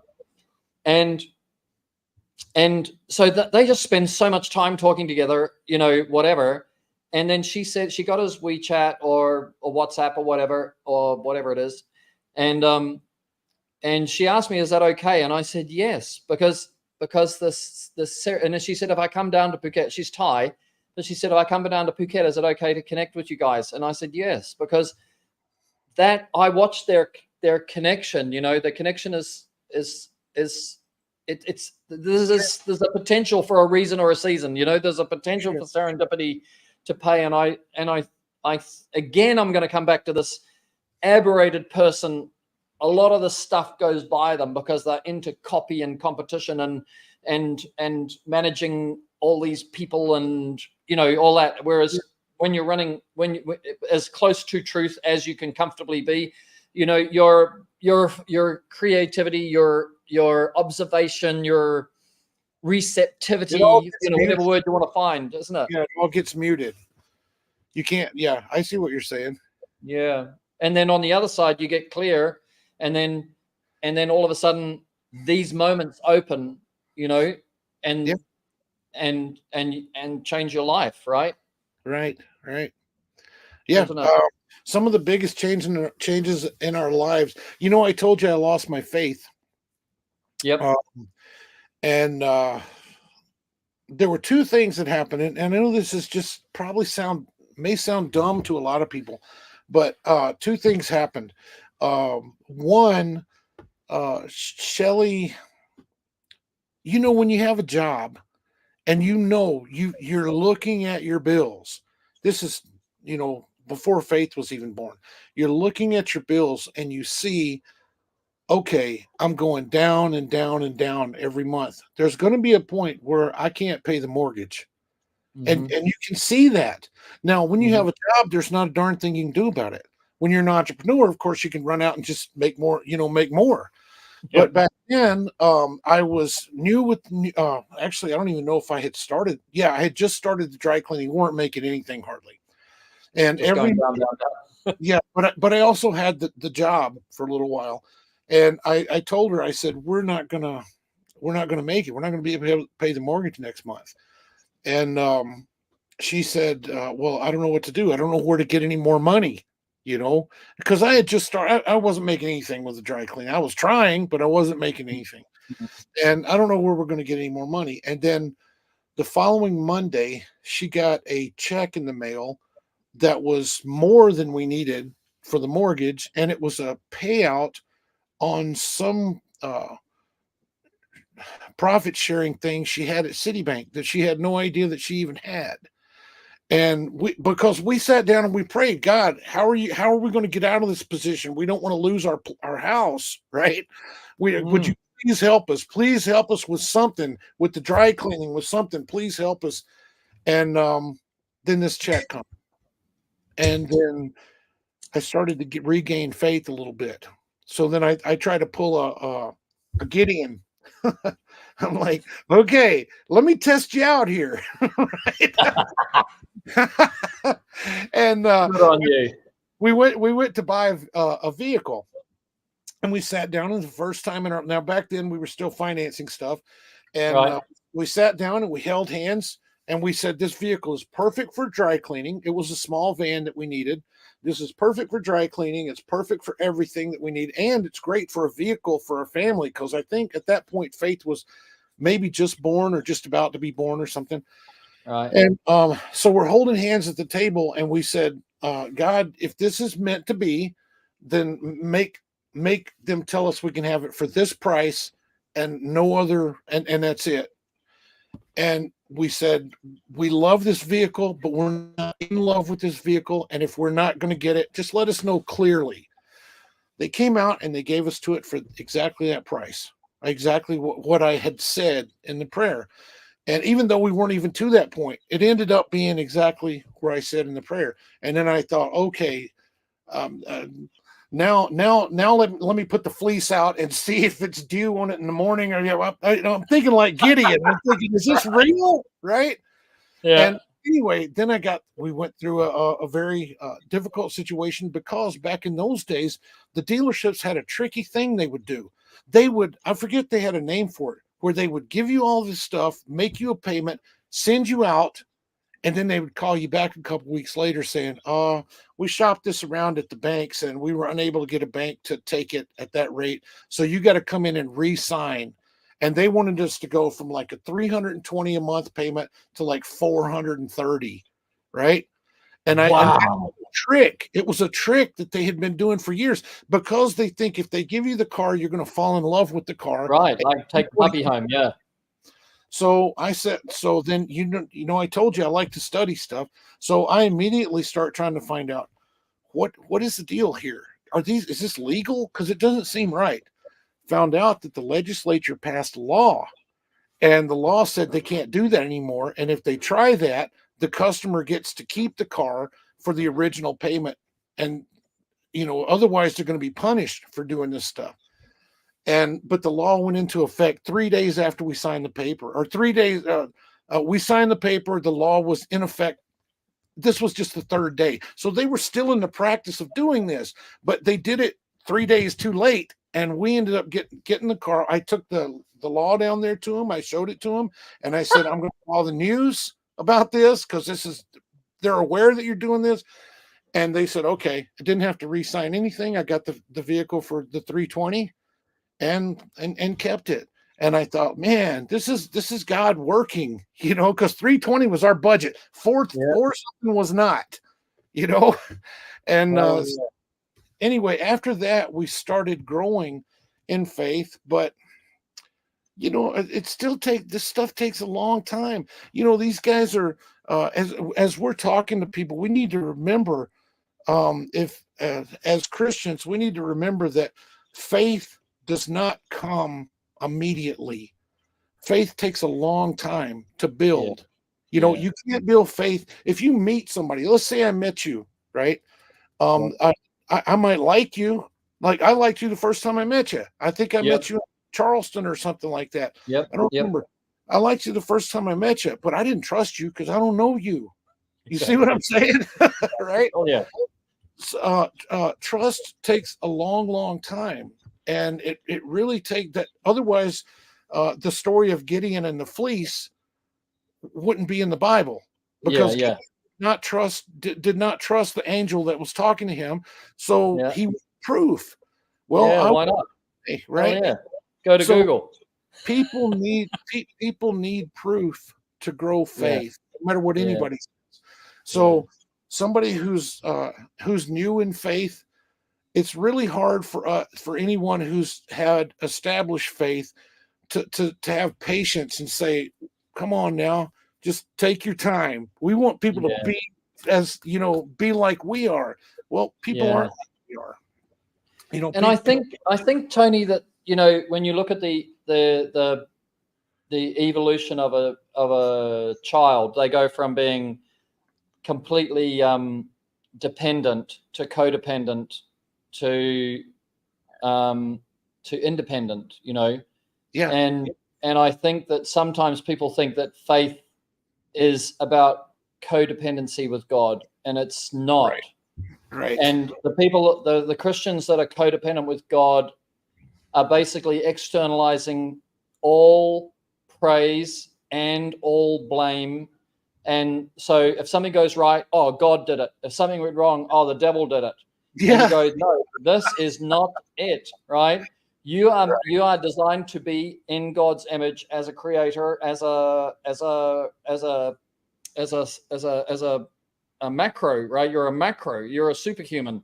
We're a spiritual being having a human experience, and you're meant to be independent.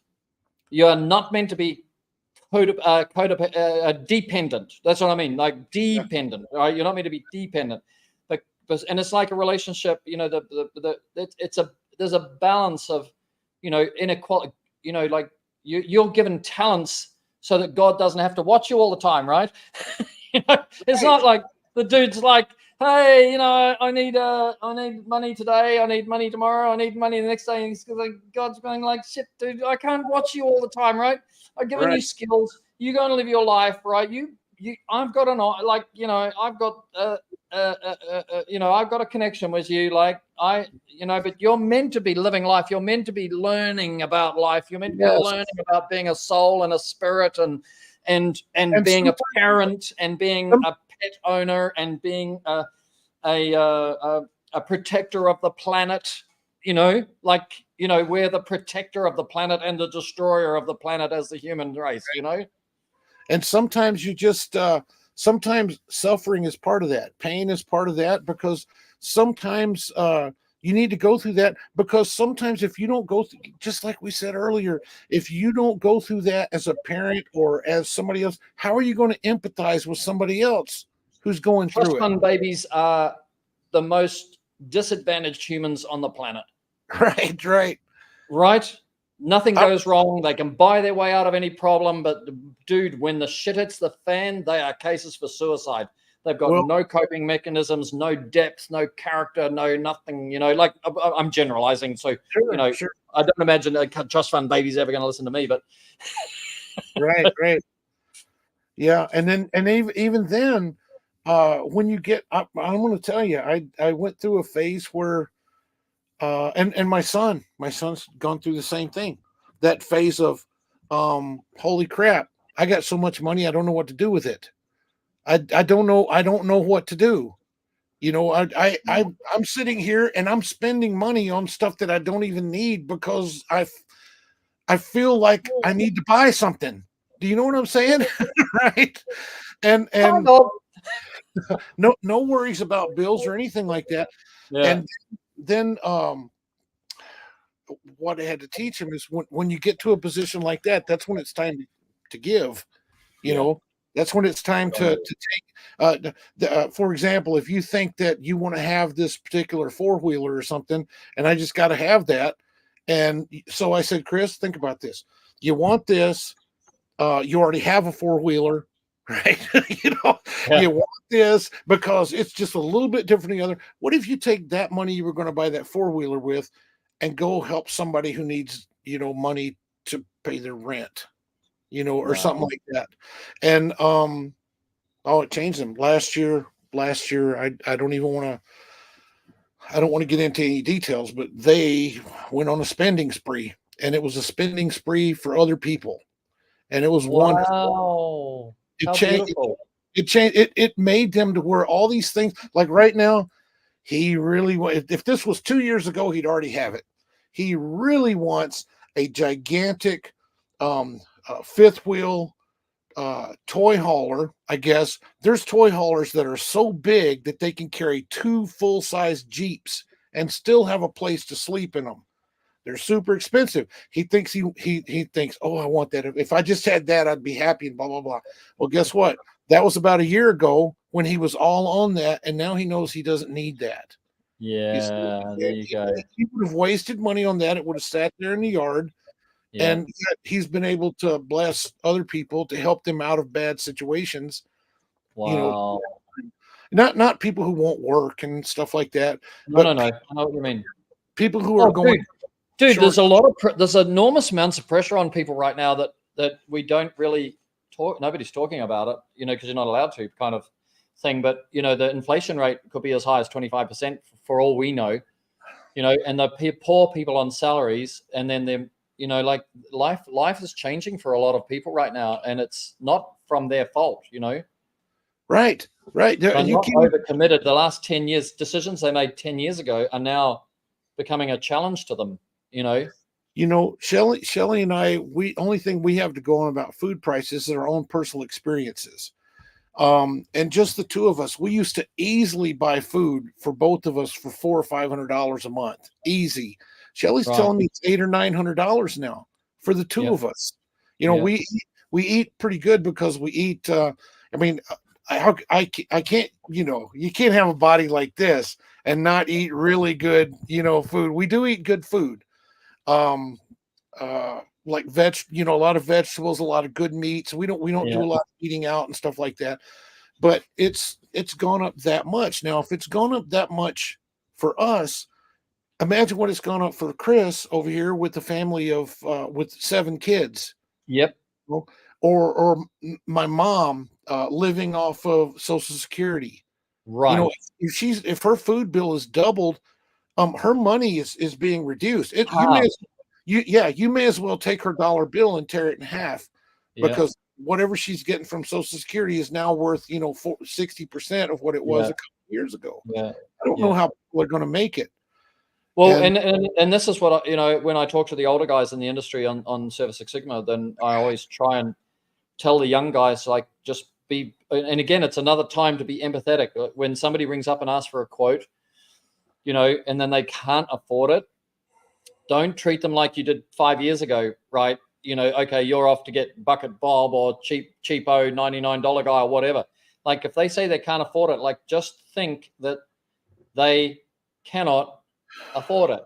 It's a time for empathy and not judgment, for these people, because and obviously the people that are Esquire, own their own home, got money in the bank, those customers won't be affected at all. They won't even know it. Like, you can afford your $800-900 a month for your food, it's not tearing your nighty or anything, but there are people out there, and I think it's really important to not get judgmental over people like we were before, right? You just go down to Bob down the street there because he's gonna leave lines on your concrete for the price you're prepared to pay. that Yeah. attitude, I think, is kind of sucks, you know. Do you want me to give you a stick and move doomsday? Hell yeah, we got time, bro. I'm just enjoying this too much, right? So, yes. I'm going to tell you, I hate to say this, but number one, the residential market is pretty saturated with Yes. pressure washing, and there's been more since COVID.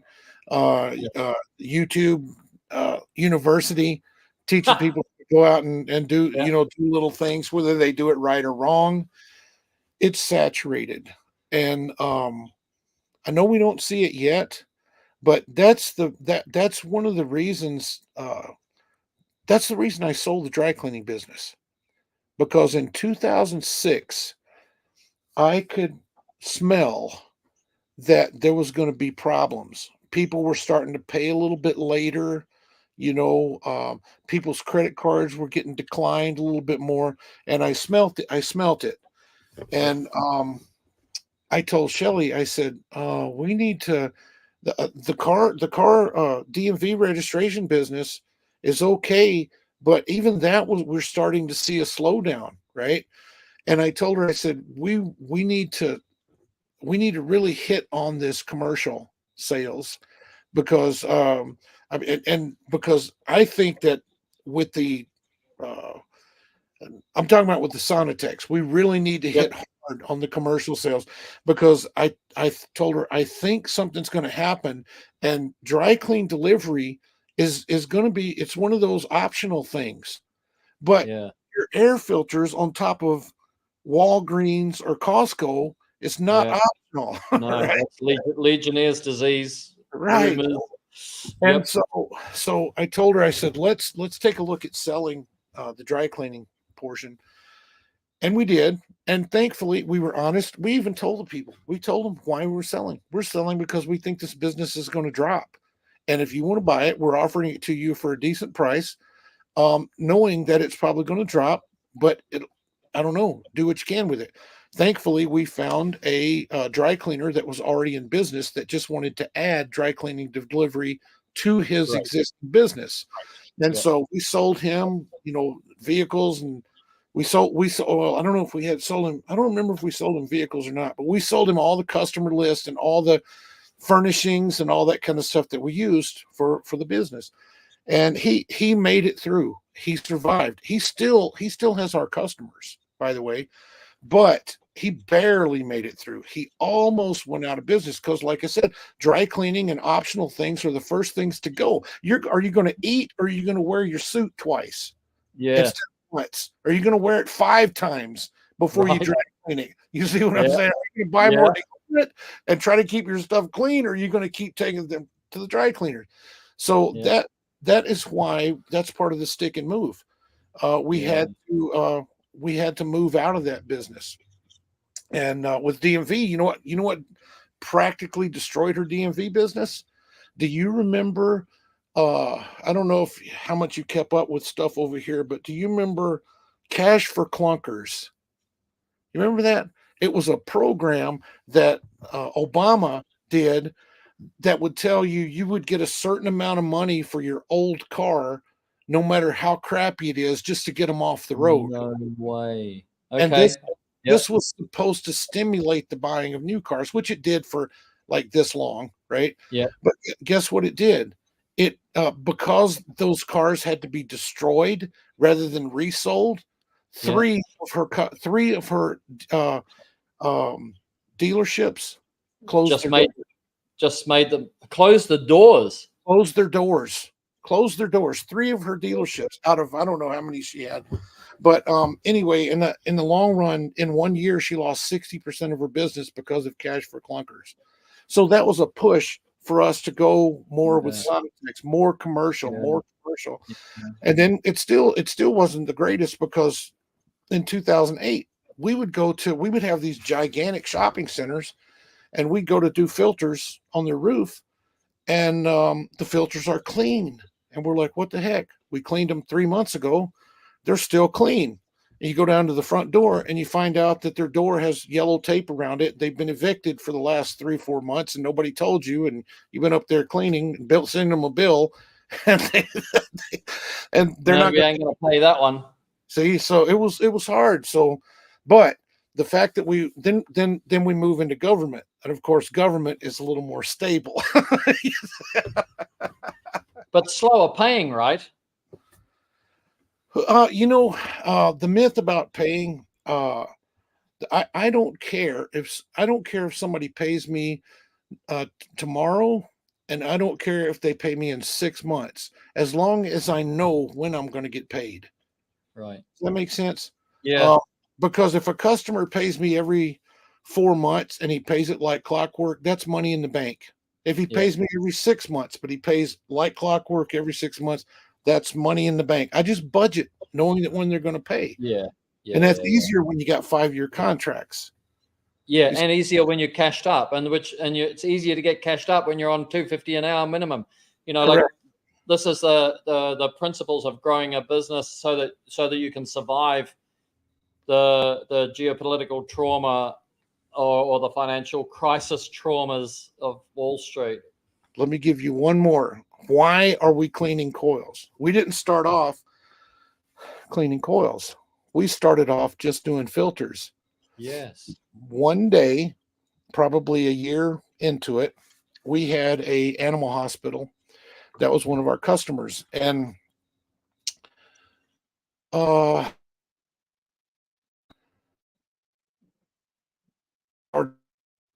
to the veterinarians or something said, I think we need our coils cleaned. And we didn't do. I said, well, we don't do this. You're gonna have to call somebody else. So they call this company, and I thought, I'm just curious. I just like to watch these guys, but I don't want them to know that I'm watching them. So I had that lift. It's 61 feet tall. I parked partway down the road, lifted that thing all the way up, 61 feet. And this store was only a 2-story building. So I'm able to look right down on them and videotape them and everything, right? No way. Let me This is the PI in you coming out, right? Yeah, exactly. I told you everything you do in the past. Full circle. So I'm looking down. You're not going to believe this. They had like 5 units on their roof. One guy, there was 2 guys climbed up there. One guy opened one of them up, looked at it, closed it back up. And then sat there and had a beer. The other guy sat on his phone. They were up there about 15 or 20 minutes. Then they went downstairs and gave the guy like a $1,500 bill for cleaning the coils. They never touched a coil. They only opened 1 unit, and I had most of it on videotape, right? And it was about 20 minutes. So I call their owner, the owner of the company, and I said, I'm sure you're probably not aware of this, but your guys just went up on the roof and they didn't do anything, and they gave him a bill for, it's like $1,400. They gave him a bill for that. I said, I just want to let you know these guys did that, and they were in this truck and blah blah blah. And he goes, who the F are you? And I said, I do the air filter service. And he said, well, F off, and hung up on me. Right. So I thought from that day, I'm not ever gonna let somebody else clean my customers' coils. And then we started. Tiny. That started the whole. That amazing. Yeah. So it's just amazing. We never even intended to clean coils in the beginning, but why don't we do duct cleaning? Because duct cleaning is a low profit business. It's just like you said, it's like the early window cleaning. You max it $50-$60 an hour. It's just not, it's too much equipment, not enough profit. Yeah. And this is the thing, that if you are in this position when you go, oh, maybe I'm at that point, then this is your time to move, to pivot, to switch, right? Know when to hold them, know when to fold them, know when to run, right? And you don't have to do it immediately, but you need to know that it's time to fold slowly and run fast there. Yeah. Go and get into something else. Yeah. Chris learned really fast that he didn't want to be in the business of removing paint from concrete. He quoted his job for $300 because he did a test area and it came up real easy. It ended up being 24 hours of work. to get it up. And that was even using chemicals. It cost him like, I don't know, the chemicals cost, half of what he charged or more. And then he goes, this is Discount Tire. And he goes to the guy and he goes, I know I quoted you 300. He said, what do I do, Dad? I worked on this 24 hours, 3 days.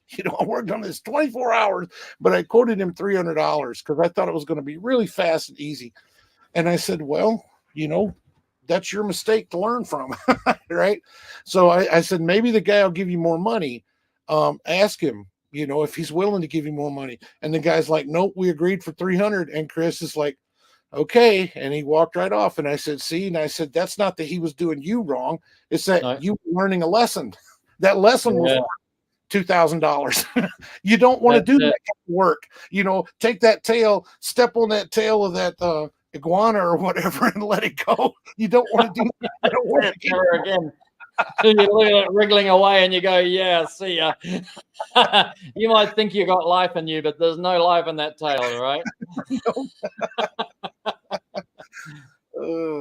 Oh, that's great. All right, I'm gonna use that moment of as a lovely last story because we've hit 2 hours plus past Benji's bedtime. Can't even see he's there. He's probably gone. Oh, there he is. He's there. I can see him in the background. Dude, I would love to have you back. Like I know you said you don't want to do too many of these, but what a wonderful chat and what the insights. Two old men. You're not as old as me, I know, but the story sharing is amazing, and there's so much in it. Like I really love it very much. So if you would allow me one day, I'll give you a call and say, hey, how about again? Okay, we'll do that again. But you're so much older than me, you may not even be around, for something like that. But anyway. No, I'm planning. I was going to say this because I was just going to say 3 days ago when you were talking about the drug addiction, and I do think it's an opportune time to put it in. 3 days ago, a very good friend of here, who I don't know so well because I've been here less than a year, but one of the most social guys, they call him Geezer, and he is the life of the party, king of the community. He never. This is a port. Like maybe there's 200 yachts in our port, and he drinks at the yacht club, and he never goes on a boat. But he had the land fishing club, and there's no fish near the land in this area, right? It's all out at sea. Yeah. But he had that as a drinking club. But he, as I found out yesterday, he loved his cocaine, and he would always use cocaine before he partied. And 3 days ago, they found him with 2 lines of coke on his coffee table and dead. And he'd overdosed himself on something. And he's been doing it a long time, so it's not that he took more than he normally took or anything like that. He just took something that wasn't what his body could handle. And for all the people that believe that cocaine is worthwhile, it's not. It's time to stop. You must stop because you don't know. And, your value of your life and the value of your children and your grandchildren, your legacy, your family, is, compared to the hit, or whatever it is. I'm not a cocaine person, but myself, so I don't really know what it is that makes you want to do it. But I do know the value of a person, and to terminate a person's life yourself, like to terminate your own life, sooner than it should be. I love what your wife said to you. Just let you go die if you need to. But don't. Like the real thing is don't. Just stop. Yeah, that's right. Just know that you're worth something. Yeah, that's the key. And it's not worth. Harrison was in Hong Kong. He said there was lots of drugs there being offered to him. And I said, did you have any? Because I don't. He's not my life. But he said, dude, Dad, it's not worth the risk. Yeah. Right. And I thought that's what gave me what I want to share now is that, Harrison saying that to me. And I thought that's so true. It's just doesn't matter how much of a good time you're going to have. It's not worth the risk that you're not here to have another good time. Gotcha. Yeah. So anyway, a bit depressing, but I thought, because you shared, those chapters of your life, I thought I wanted to pop this little, reality, and that happened like 2 or 3 days ago. He's not been killed yet. I'm not. He's dead, but he's not been cremated or buried or anything like that. You see, I'm not very good. When my Chris went back when he was 18 years old to Sioux Falls and stayed for a few months or a year, and he was stayed in an apartment. Actually, my nephew, which is Chris's cousin, together they stayed in an apartment and shared an apartment with the girl that was just turning 18 or 21, and they watched her die. She took ecstasy for the first time, and it did not hit well with her, and she died. She was either celebrating her 18th or 21st birthday. And so that's part of the reason that we've never had any problems with Chris, because Chris is like, no, he's not going to mess with any stuff like that. So he's seen it happen. He's seen it happen right in the same room with him. Oh my God. Nothing. Yeah, well, I mean, dude. Okay, and next time we'll have Shelly on. I said, really fun, but you're such a talker, bro. There was no time for her. Sorry. So, but next she's time, already up there. She's up there getting her beauty sleep. Oh, is she? Yeah, she has to sleep 14 hours a day. How do you think she stays beautiful like that? I got to tell you, bro. She's a nice looking woman. I've got an eye for good looking women. Oh, dearie me. Okay, Benji, I think we're done. You can cut us. This will be the longest Surface Six Sigma interview, but it's the best, right? Sorry, so man. much fun. I didn't anyway. I'm going to be your friend from now on if you let me. Good friend. Yeah. I'm glad I brought a bucket to pee in here while I was talking to you, because I'm old and that bladder won't hold me. I was gone after 15 minutes. I got a catheter on. Right. Oh, well, I'm just about bursting, but I'm good. Well, I've been trying to do, I don't know if you noticed, I've been trying to drink from this bottle, but the lid's on it, and I can't find my bottle opener. Oh, it's over there. So every now and then you see me doing this, and I'm going, yeah, hey, this has been empty for about 30 minutes, and let's grab it. That's it. Yeah, see, that tells you we're going overtime. All right. Thank you for watching or listening to another Service Six Sigma podcast. If you enjoyed the content, please like and share it with other mobile service contractors.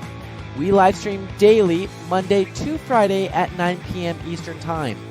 All previous podcasts are available for viewing at service6sigma.com. And for listening on your favorite podcast channel, just search Service Six Sigma. See you next time, and you have an epic day.